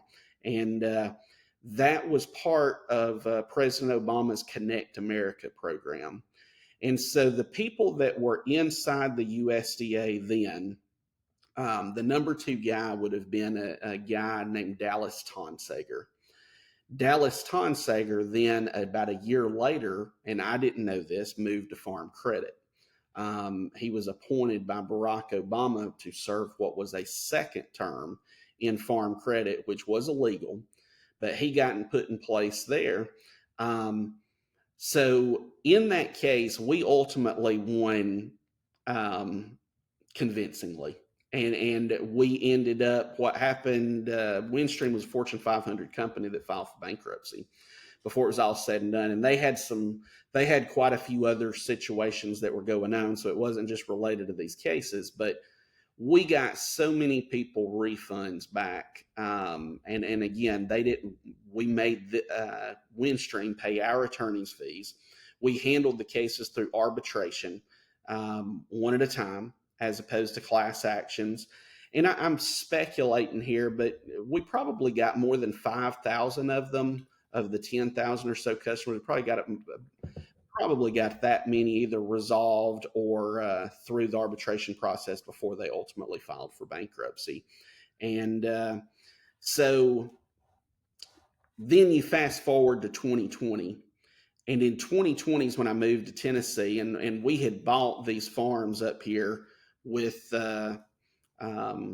cash. And I ended up deciding that we were going, the house that I'm in right now is the house that's across from the main farm. And we were going to turn this into a very high end agricultural venue. And the only reason I got a loan with Farm Credit is because rates were at a historical low. Number one, we owned all these properties free and clear, and we decided we're going to launch. We had some contracts in place that we were going to launch to have this venue set up and open in the fall of 2021, and I had went to my bank that I did my law firm banking with, and they said, you know, who you really should go with is this Farm Credit entity, because they can offer better deals than what most other financial institutions can. And so, as it turned out, I had someone that I knew that worked for Alabama Farm Credit that was a branch manager, and her name was Amanda Simpson. And I knew her because when I was in high school, we were livestock judging teammates. Even though we went to different high schools, we were on the county 4-H livestock judging team and were teammates. And so I called up Amanda and start finding out information, and they ended up setting me up with a loan there, and everything seemed to be just going fine and dandy. And then before we got to the 1 year mark, I had an executive from Alabama Farm Credit come up here to the farm, and we're in Columbia, Tennessee. That guy was working out of Coleman, Alabama, so he made several hours trip up here to the farm, and he starts asking me and Ashley questions about our agricultural law practice, and whether or not we still represented the Alabama Poultry Growers Association, which I had for close to a decade at that point. And when he left, I told Ashley, I said that he's trouble. There is something is going on here. And probably 2 months later, I would say, we got a letter, and it said that they were doing due diligence related to our loan, and they wanted a copy of my agricultural law clients to be given to them. And I said, there is no way I'm going to, that is unethical. And so we didn't turn that information over. And then about a month later, I get a call. And I want to say it was on a Friday night. It definitely was after working hours, from Amanda Simpson, my branch manager, who I'd known since we were probably 5 years old. Knew her whole family.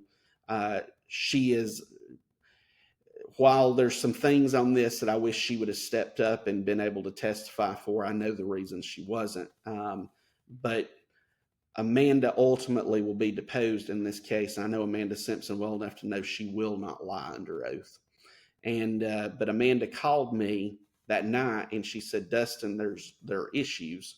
I am and I found out that the issues were related to the executive that had come up here to our farm, and she essentially said our account had been frozen, our loan account had been frozen. They were supposed to be processing they had queued up everything on our loan to where at the 1 year mark, because of our construction project we had going on, we would be getting the remainder of what the original equity was. And so they were due to return us $1.3 million equity check that would be coming up in July. And what I ended up having them tell me was that they were going to freeze my loan unless I was willing to sign a legal release and confidentiality saying that I could never talk to anybody about anything with Farm Credit again. And The reality is they had jumped the gun on things. And I think in relation to that USDA case that I handled 10 years ago. But I did represent poultry growers at that time. There were issues with their accounts related to farm credit that we were looking into. Um, it was not at that time what farm credit feared. I did not know at that time that farm credit was planning a month later. Alabama Farm Credit was going to freeze the funds held account of every poultry farmer that had a funds held account in their institution. And that is exactly what happened. They froze my account and started extorting me, turned me over to a law firm, Alabama's biggest law firm, Bradley Arant, in August. So we're talking about, like, today's August the 5th. So we're talking in 2024. So this has been almost exactly 3 years ago to this week. Um, I had no clue what was going on behind the scenes, and that was that Alabama Farm Credit had $1 billion line of credit with the Farm Credit Bank of Texas. That line of credit had been run up to the point to where they were like at 970 something million. They were in like a 90+% of having exhausted that line of credit. It's my understanding that line of credit was about to come up for renewal. The poultry borrowers, because of what I talked about earlier, to where the poultry integrator would have an assignment and they would shift that money over to farm credit to hold those farmers' money. That's what all those funds held accounts were. And there were people at that time that had so much money held in that account that if it was applied, they were really like 2 years ahead on their payments. And it was just sitting there in the bank's account, drawing interest for somebody, but probably not the farmers. They froze. A few of the farmers got phone calls from people on the inside that said, you need to take some of your money out of this funds held account. And there were a few that did, but then all of a sudden they froze those accounts. And we still cannot get an accurate number as far as how much it is. But I would feel confident in saying, and that money's still being frozen and held right now of those poultry farmers. The number will end up being somewhere between 40 and $100 million is what was frozen. One of my clients, for example, had $60,000 that he just lost. And so when those farmers went back and said, hey, I've got this money in the funds held, and if there's an amount that's above what my payment is, I'm supposed to be able to withdraw that, like a deposit account almost. The only reason it was held there was because Farm Credit claimed they needed that money, at least what the next payment would be. They needed that money held in there as additional security. Now, we can quibble over whether that was illegal, but they have no argument whatsoever that they were entitled to take these people's money above what that next payment was. And it's exactly what they did. And they've taken it ever since. And you know, so what they feared was, this is about to go down with all these poultry farmers, and we're going to knock out the guy that represents the entire Alabama Poultry Growers Association.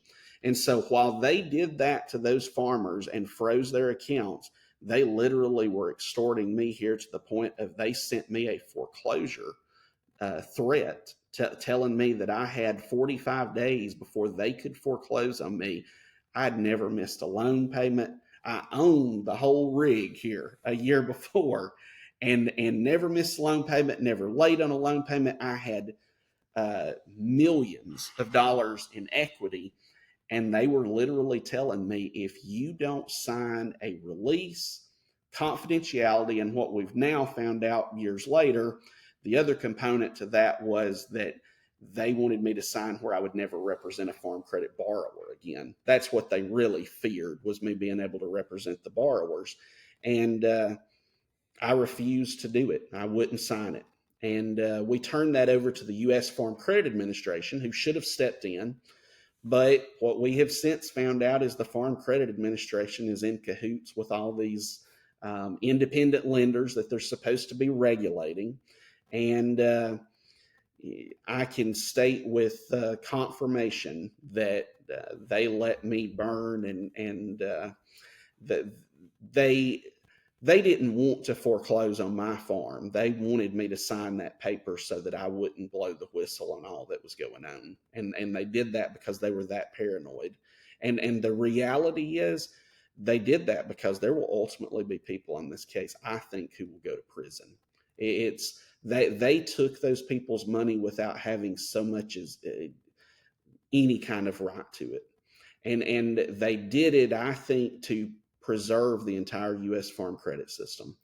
Because if that farm credit institution, Alabama Farm Credit, would have failed, the liability is joint and several across the entire system. So then all of a sudden, and let's just say they had to pay $100 million to all these borrowers, that would be divided up to the other 50 or so other lenders in this country. What would happen then is you've got a few more that would be on the brink. That would bankrupt them most likely. Then all of a sudden it would just continue to trickle, and what you would end up having is the exact same thing that happened in the 1980s, where the U.S. farm credit system collapsed and just had to be bailed out. And I think that they saw an opportunity that if they could keep these poultry farmers in Alabama quiet, nobody would ever know, and the farm credit system could go on manipulating and selling these farms to foreign interests and things like that. And but in the end, I sold my own home, and I sold 100 acres of land.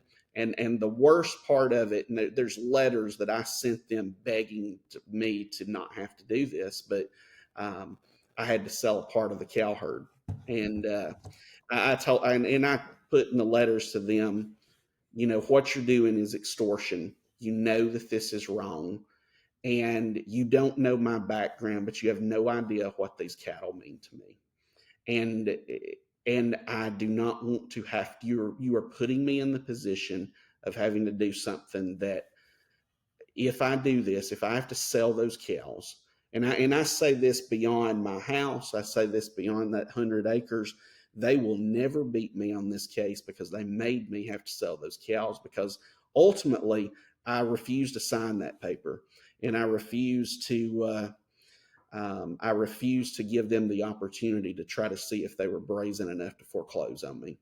And I sold my home, 100 acres, and right at 100 head of cattle from the herd, and paid off my loan and wired the money to them. And then all of a sudden, This was in that 45-day period.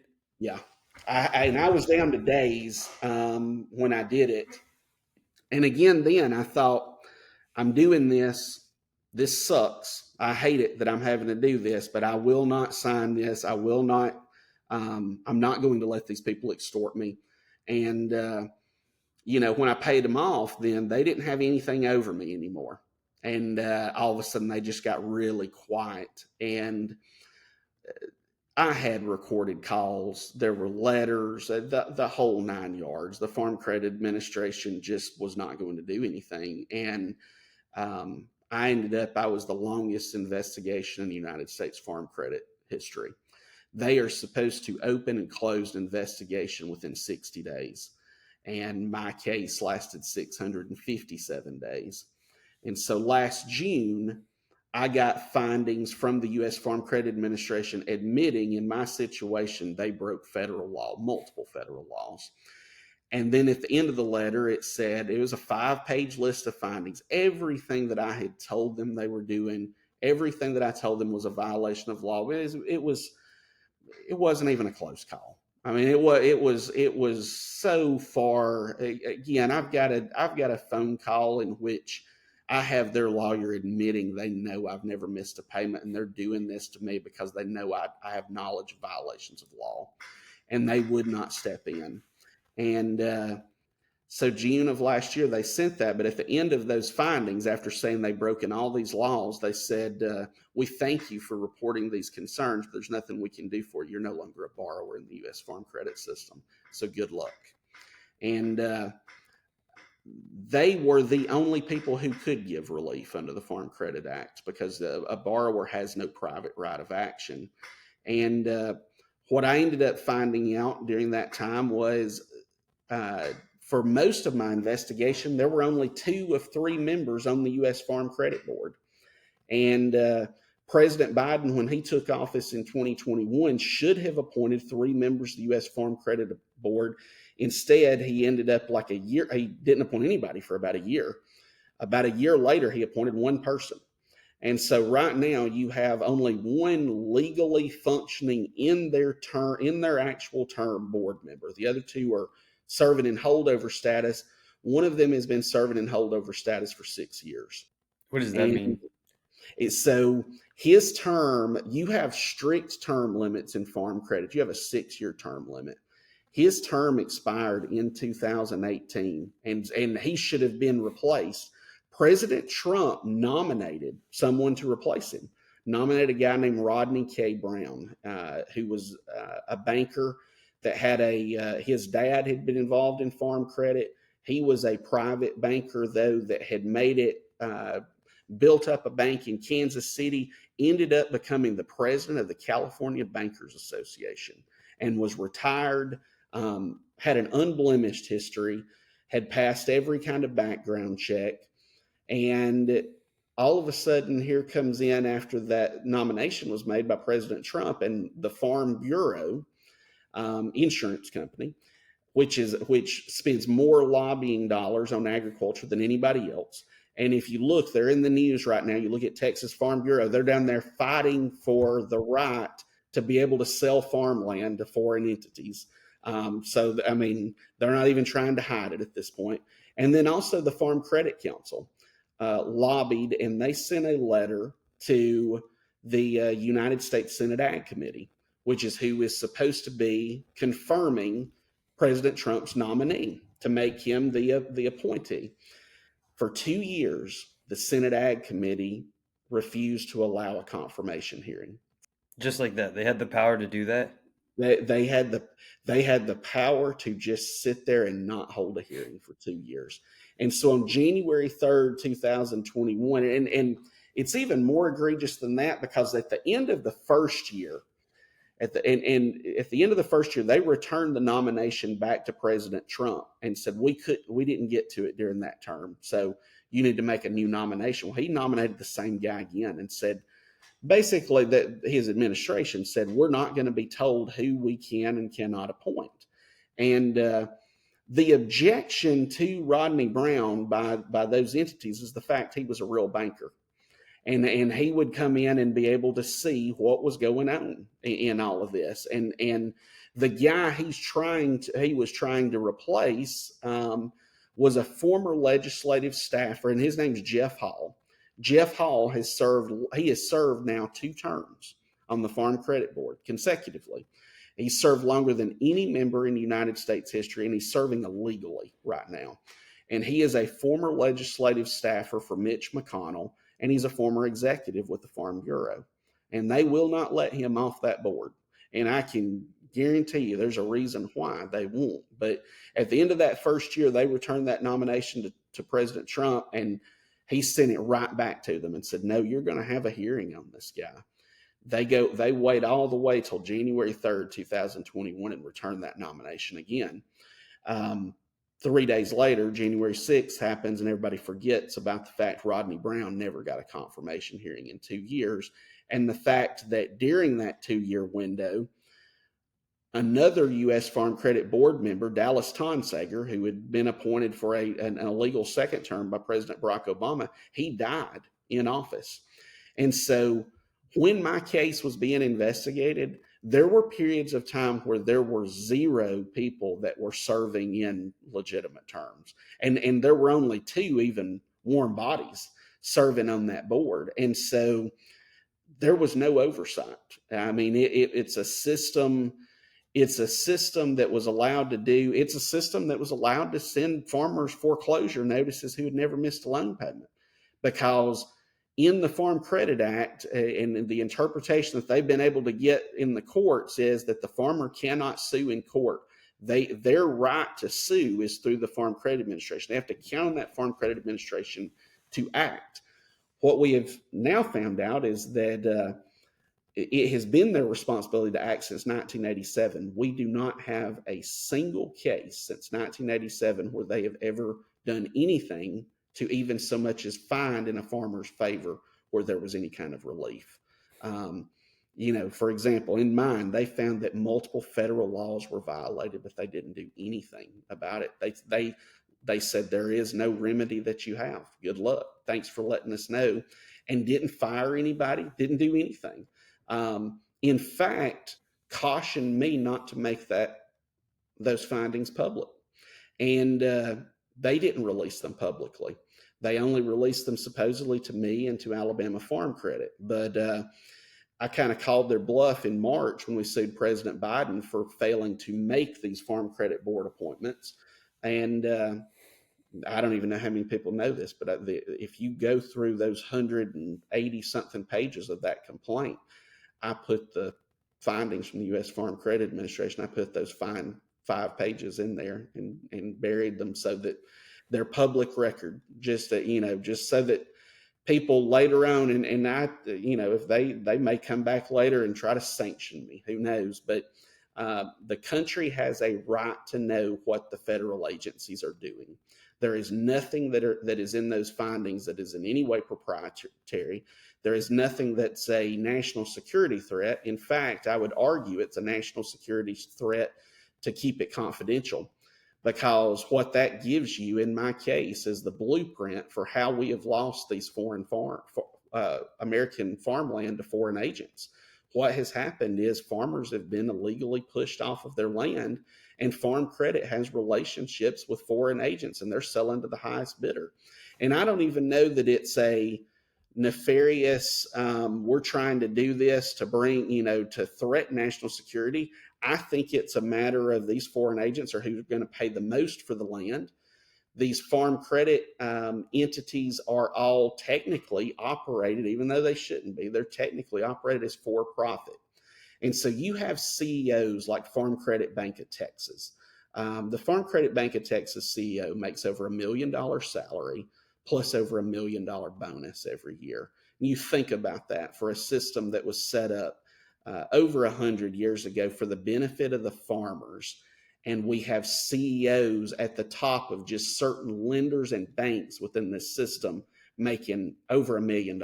And I can sure as hell guarantee you there ain't no farmers out there that's making that kind of coin. I mean, this whole entire episode is exactly why, for the listeners, they just need to wake up and realize just what's happened, because from being essentially a slave to the feudal lords of Tyson and other meat packers, having those contracts, and again, all the risk is on you, all the downsides are on you, you're getting less and less money, up to exposing this farm credit system to where these weak people up in power, the whole reason why they're doing this is because they're getting exposed, and so they're trying to not face any of the consequences themselves. These are the type of people that if you and Dustin were inside the same room, they would act like it's the height of the pandemic and have to be 6 feet away from you, and they won't even look you in the eye, because they've been able to get away for so long because we've been so disconnected from everything, and there's just no awareness. Oh yeah, And it's it's such a shame. And that's why, again, I try to preach so much to support local farms and ranchers, because you're helping yourself a lot with having better quality food. But if any of this is ever going to change, you have to understand that it's you, the person, the individual, supporting the local farms and ranches, or else these things will continue to happen, because again, they have the power to do that. And all these industries are captured, every yeah, single one, with the USDA, FDA.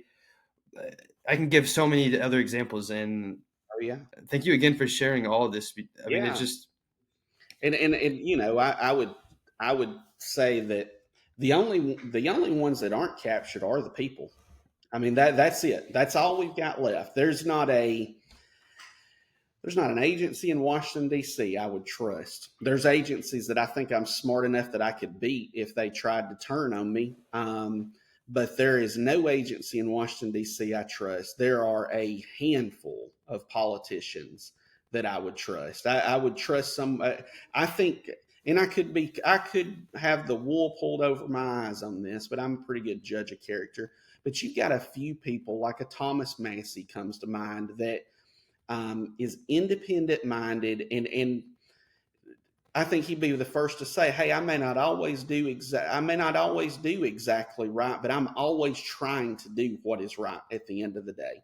And that the thing of it is one of the reasons that they've pushed so hard to silence me is that I can take all of this and explain what they're doing. Um, and having a law degree on it to where I don't have to hire a law firm. I mean, my parents could have never hired a lawyer to fought off farm credit for 3 years, and who could? I mean, they've got access. They have 5 law firms right now going against me, and but they are trying to silence my voice on this. I mean, I had a pretty good Facebook following, and like 2 weeks after I sued President Biden, that account got permanently disabled, and I had to move to X. And that's turned out to be great. That turned out to backfire on them because I moved to X, and here in the last 90 days, I think I've got like 18 million impressions, and went from like 50 followers to 18,000 followers, and but I make them nervous because I'm not scared. There have been death threats over these last 3 years, and um, but they found somebody that was already broken.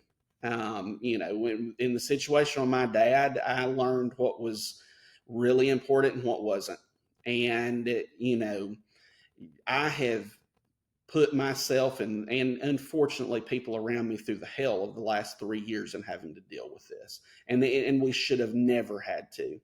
But I've told people I don't care what I've got to do. I mean, all they are doing is delaying the inevitable. They have lost on all this. It's just how much misery they're going to put me through and having to expose them. And as much as I love this farm, I'm like looking out the window here at this farm, and I love it. I love everything about this farm. There's nothing more that I would rather be doing right now than just walking across this farm and not having to worry about farm credit. But if it came to it, I'd sell this farm, and I'll still be fighting them with a tent and a bicycle at the end of the day, if that's what it takes. They will not.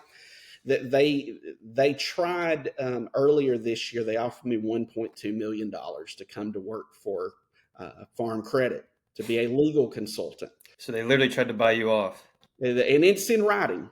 It's in writing, and actually we filed it into a federal court, and they had the court records sealed. It's filed into court in Alabama, but they offered me $1.2 million, and it would come with a consultant agreement where I'd be a legal consultant for farm credit, Alabama farm credit specifically, and but obviously what that would do is I could never take a case against farm credit. And I actively represent right now 200 plus borrowers that some of them have situations like what I've talked about. Some of them might have a situation that's a little bit different, but they went so far as to list off certain clients that I would have to fire in order to get that $1.2 million. And, that's when and they brought in a completely new law firm to offer that money to us. That's when they're beat. Like They tried everything. I've got emails where they're trying to pay $1.2 million to hire me after trying to pretend like that they didn't do anything wrong on it. Yep. And so again, it's at the end of the day, they'll just if it takes it, they'll have to kill me because they're not going to beat me any other way, and I'm not going to stop with it. About a week or so after I turned down that money and let them know, and I put in writing to them, I can't. That is a breach of my ethical obligations as an attorney. And the fact is, those attorneys were supposed to be representing the farmer borrowers of Alabama Farm Credit who own that institution and the farmer borrowers of the entire U.S. farm credit system. And they are offering those people's lawyer money not to help them. I mean, the lawyers involved in that, if we had a legitimate state bar association in Alabama, which is where I reported them to the state bar, if we didn't have a corrupt bar association, those lawyers would be disbarred and should be. I can guarantee you, if I made that kind of offer to somebody, I'd get disbarred. I'd lose my law license, and they'd put out a statement on it. But on mine, what they've continued to tell me is we're continuing to look into it. But within a week, I wake up and it was, I think I told them maybe on Monday or Tuesday, no, I will not take that money. This is why. And I'm going to report you to the federal court, and I'm going to report you to the state bar. And I think it was like that Friday night that I woke up. During the night, it was like 3 o'clock in the morning. I was getting messages on my phone, and I looked at it, and it's satellite images of my property here.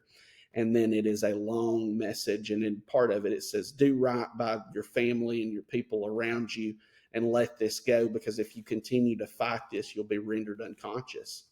And you know, again, they're not going to intimidate me, but that shows the lengths that they will go to try to make this go away. And I have a line in something that I had written talking about, you know, when I started digging into this, I had no idea where all this would get. I just was trying to figure out, how do I fix this? And the further I dig into it, and on this foreign agents buying farmland and things like that, like there's things in it that, sure, it's scary to think that you've got direct links to the Chinese Communist Party. I mean, that's scary, but it's reality with all of this. And you know, I told somebody, it's like when you were a little kid and they said, well, if you keep digging, you're going to dig all the way to China. Well, I kept digging on this, and I got to China. And from that moment, you know, because I've made it public, there's no going back on it. It's, you know, the things that are coming out right now in the Trump campaign, Robert F. Kennedy Jr., who I've done a podcast with, has mentioned it about the foreign farmland being bought up around these military sites. We were first blowing the whistle on that over a year ago.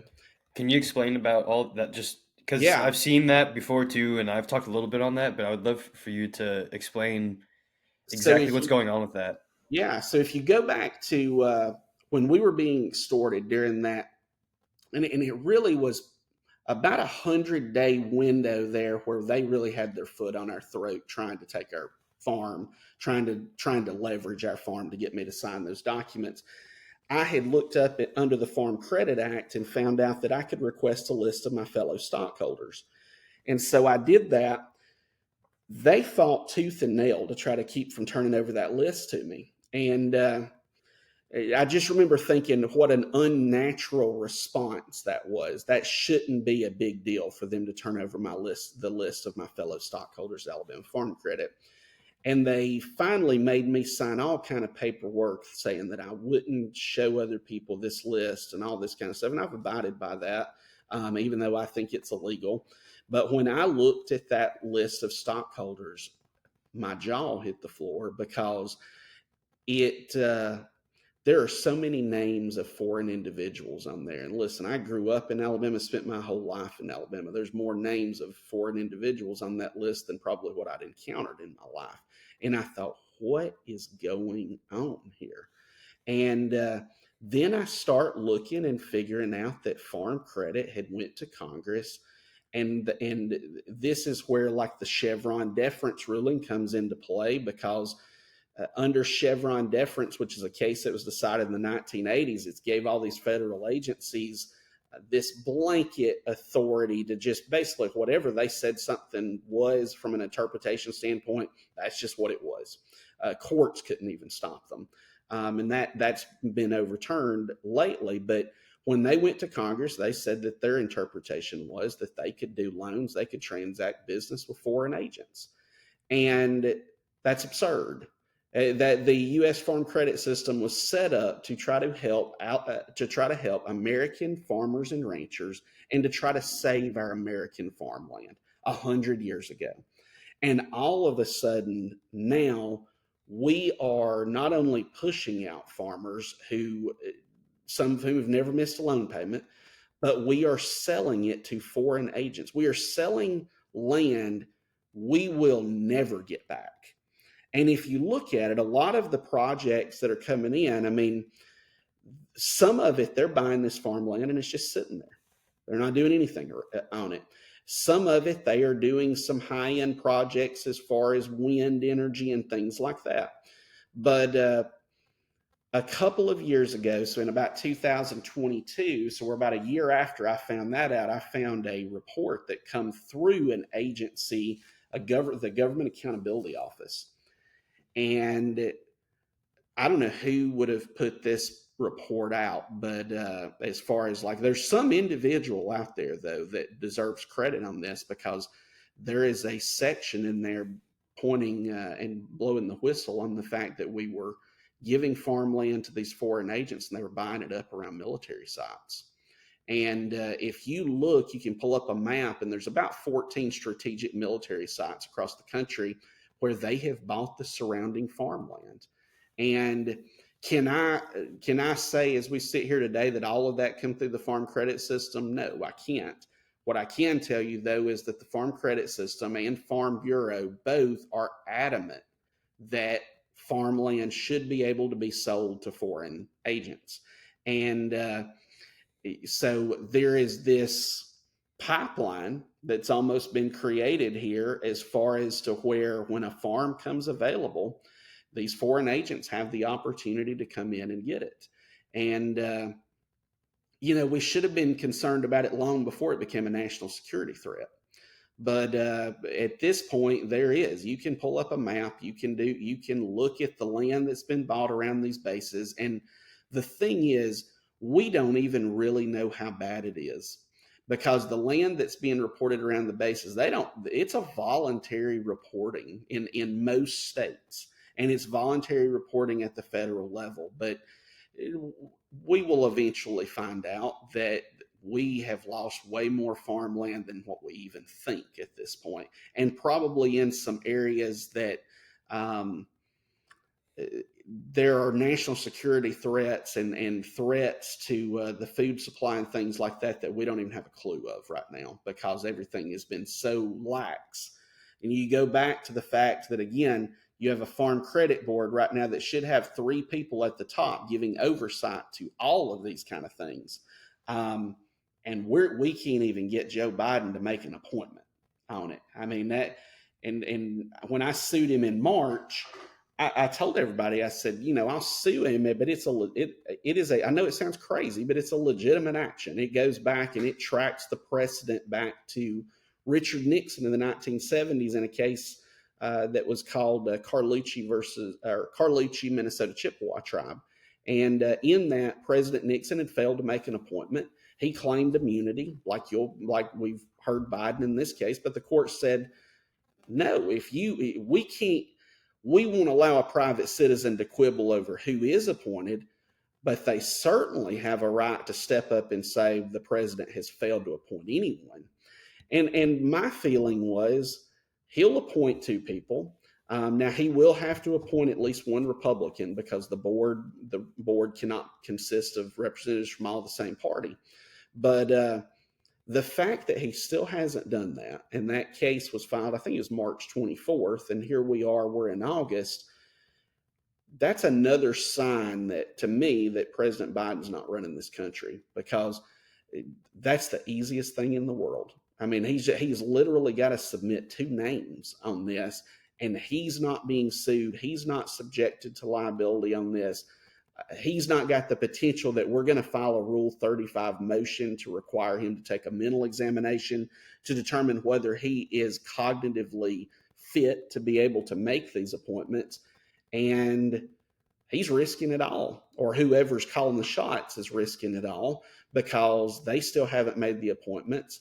They tried to get my case kicked out of court, and a week ago the judge denied their motion.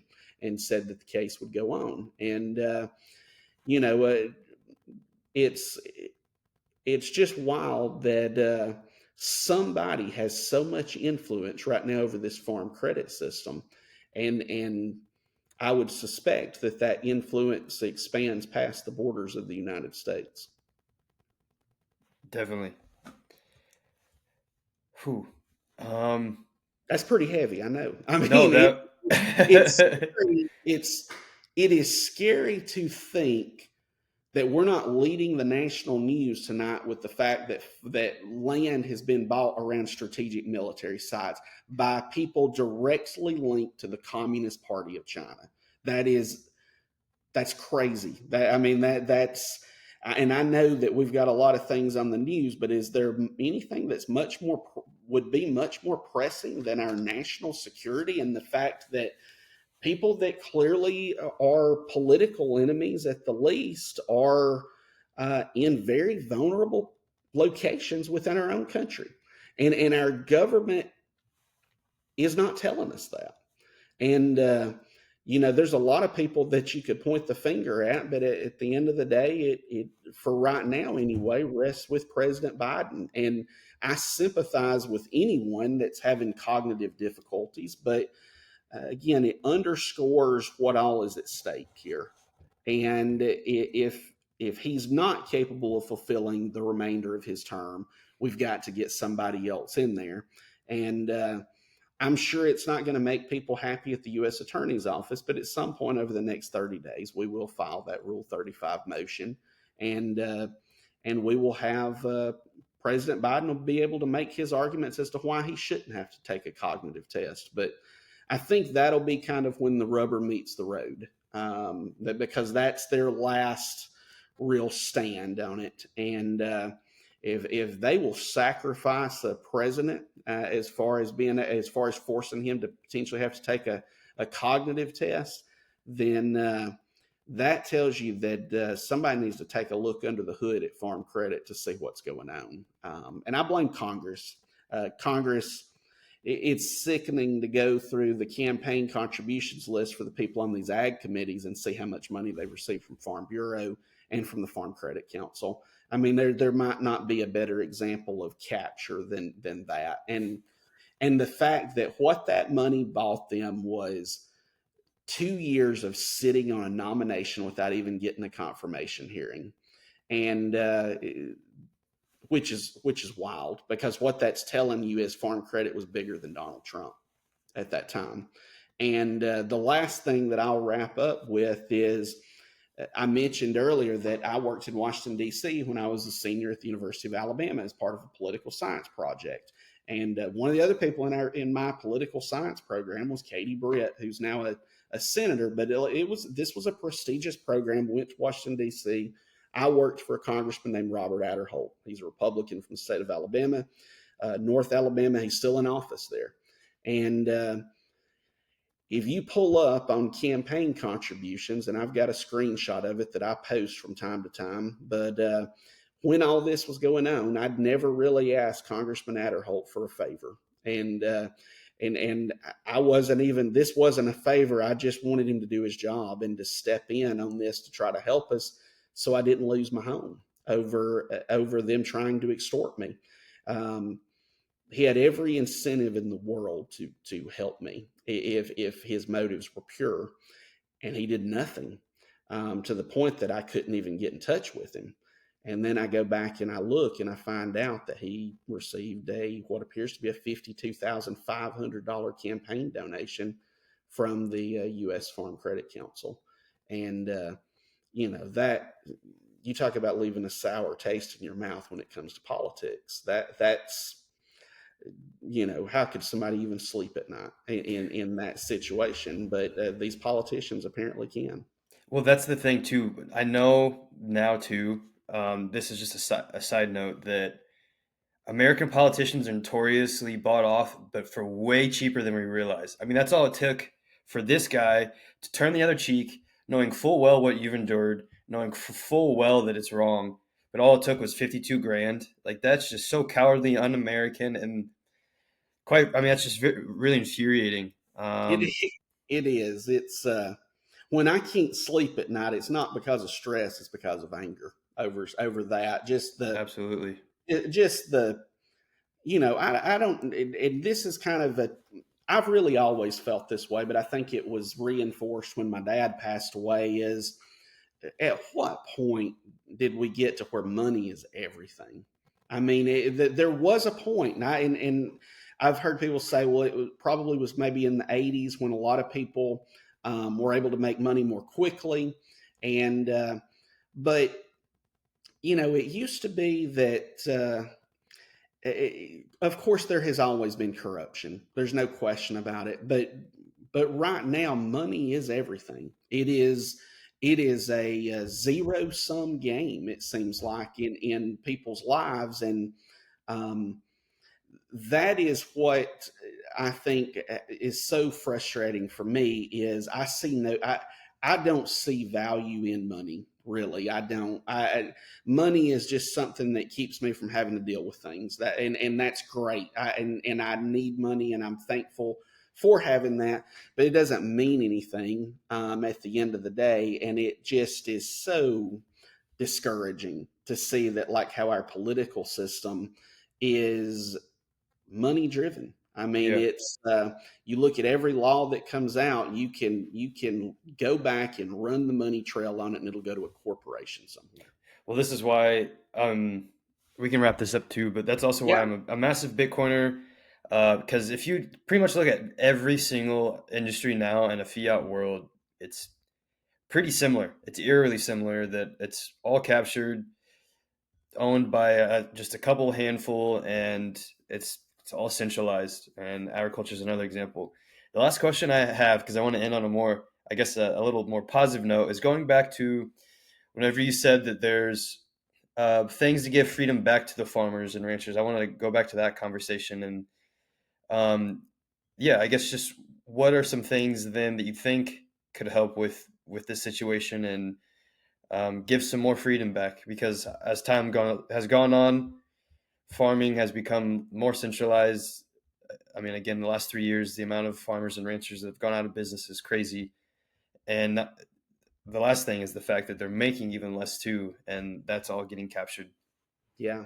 I think that it's going to take a broad approach. We didn't get in this position overnight, and we won't get out of it overnight. But the number one thing, and this is happening, and like this podcast is a part of it, is being able to change the national narrative on it, being able to for a lot of for the last 40 years, the farmer's been painted as the villain when it comes to with environmental agencies, when it comes with people that are health conscious on foods and things like that.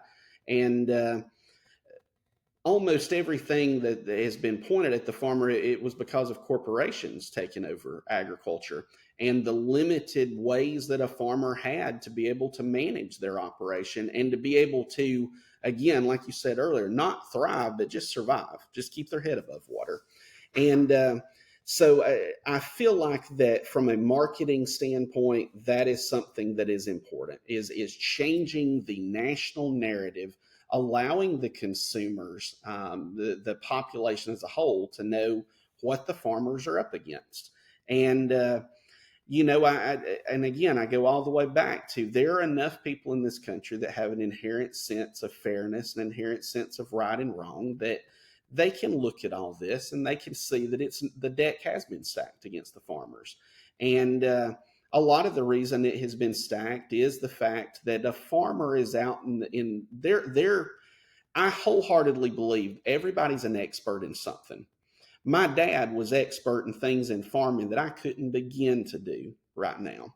And but what the farmers traditionally, by their job definition, are not are litigators in courtrooms, and they're not by their job definition politicians, and they're not bankers. And when you look at who has captured our society, it's those three entities. When you look at bankers, when you look at litigators, and then in just the corporate world in general. A farmer is in a very vulnerable position. And so I think that one of the ways that it has to be done is changing this national narrative, because I don't think the farmers can overcome this by themselves. I think that we could make headway on it if all the farmers stood up and got behind this effort. But to truly be able to make change, and I'm talking about generational change that can sustain, we need the population as a whole to understand that there's a problem here. And we need them to understand the impact that it could have on them, not just in the food supply, but in things like national security that I'm talking about.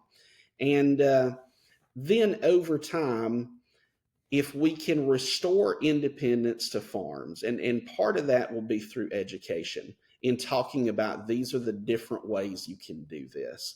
And we're gonna have to figure out how to make a go of it on like a 20-acre farm, how to make something like that work, because the days of being able to go out and acquire hundreds of acres of farmland are over. And so we've got to figure out that. But I think in the end, there will be a tipping point, and it'll be long before you get to a 50% mark. But each person that's a farmer that can somehow cut in to the corporate engine that's going, and to be able to establish some independence, that's a blow to those corporations.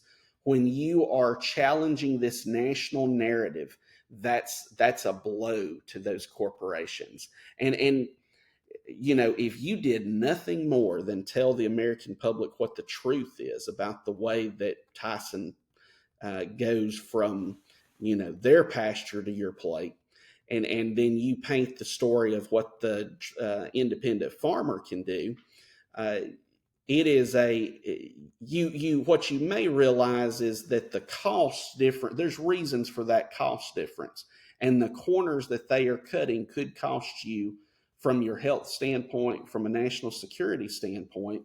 And there will be a point that I don't think the corporations can sustain it, and the model will flip on itself. And all of a sudden, you will have people that understand that going the route of buying from independent farmers is their best way to control their own health, and is a great way to be able for them to have an impact on this country, in reshaping the way that we look at this from this point forward. Because I don't care what corporation it is, a corporation does not have a heart at the end of the day. A corporation's goal is to make money. That's it. They only will have a heart to the extent that they don't want you to hate them and not buy their product. But at the end of the day, they want to do whatever they can to make money. And so what we have to do is to take what have been vulnerabilities from the farmer in being on the wrong side of all this, and we have to shift that light back on corporations. And again, the more farmers that create an independent model to break free from that, and the more consumer demand that we can create just in wanting to be educated about what is going on within our food system, eventually you will have a model that can be independent, that farmers and ranchers can make a go of it, working cooperatively. And I say that not as a cooperative, but in the sharing of ideas and ways. And we could make a difference. In 10 years from now, farming will be completely different than even what it is today. And it will either be that corporations will have completely smothered out family farms and we are at their mercy, or we will be able to make a dent in these corporations by shifting what the demand is in this country for purchasing food. And it's doable. I mean, it's truly doable. We're on the right side of it, and the all you need to do is tell the truth in it. And that has just been the issue, is in getting that information out to be able to educate the American public. So that's what I'm passionate about. I guess that's the good news that I could say is in 3 months, I've had 18 million impressions on X. And it's not anything I'm doing, it's that this issue resonates. And we are at a crossroads in this country right now, in that it is time to do something. Our backs are up against the wall. And I'm not just saying the farmers' backs are up against the wall. We're about to lose our handle on this whole deal. And all it takes is for us all to stand up at one time. I mean, that is it. When all of us stand up, there is very little standing in our way of being able to do this the right way. But we just need people to find the courage. And again, don't take my word for anything that I've said. Look up, verify for yourself. Look up and do your own research. You may uncover things that I'm still trying to find. And just take an interest in your own future and in these future generations, because I can't think of anything more rewarding than to be a part of reshaping what the future of agriculture would be in this country. We can completely reinvent a category of independence in this country, 200 and some odd years after its formation. And that's what excites me, is that I can see the potential there is for change. Otherwise, I wouldn't waste my time with it. But I see that potential, and I can see it just will take a spark. That's it. And I feel like we've made so much headway since COVID, and I think we've made so much headway over the last year. And so, with all the chaos that will occur inevitably between now and November with the elections, the thing that I'm hoping is that the farming situation moves to the forefront of that chaos, is something that the American public understands we need to do something about sooner rather than later. Extremely well said, and thank you so much for this awesome conversation. Oh, This was absolutely. I did too. incredible. So for the listeners, you can find Dustin. I still call it Twitter, and I will always call it Twitter. But you can just find him at Dustin Kittle.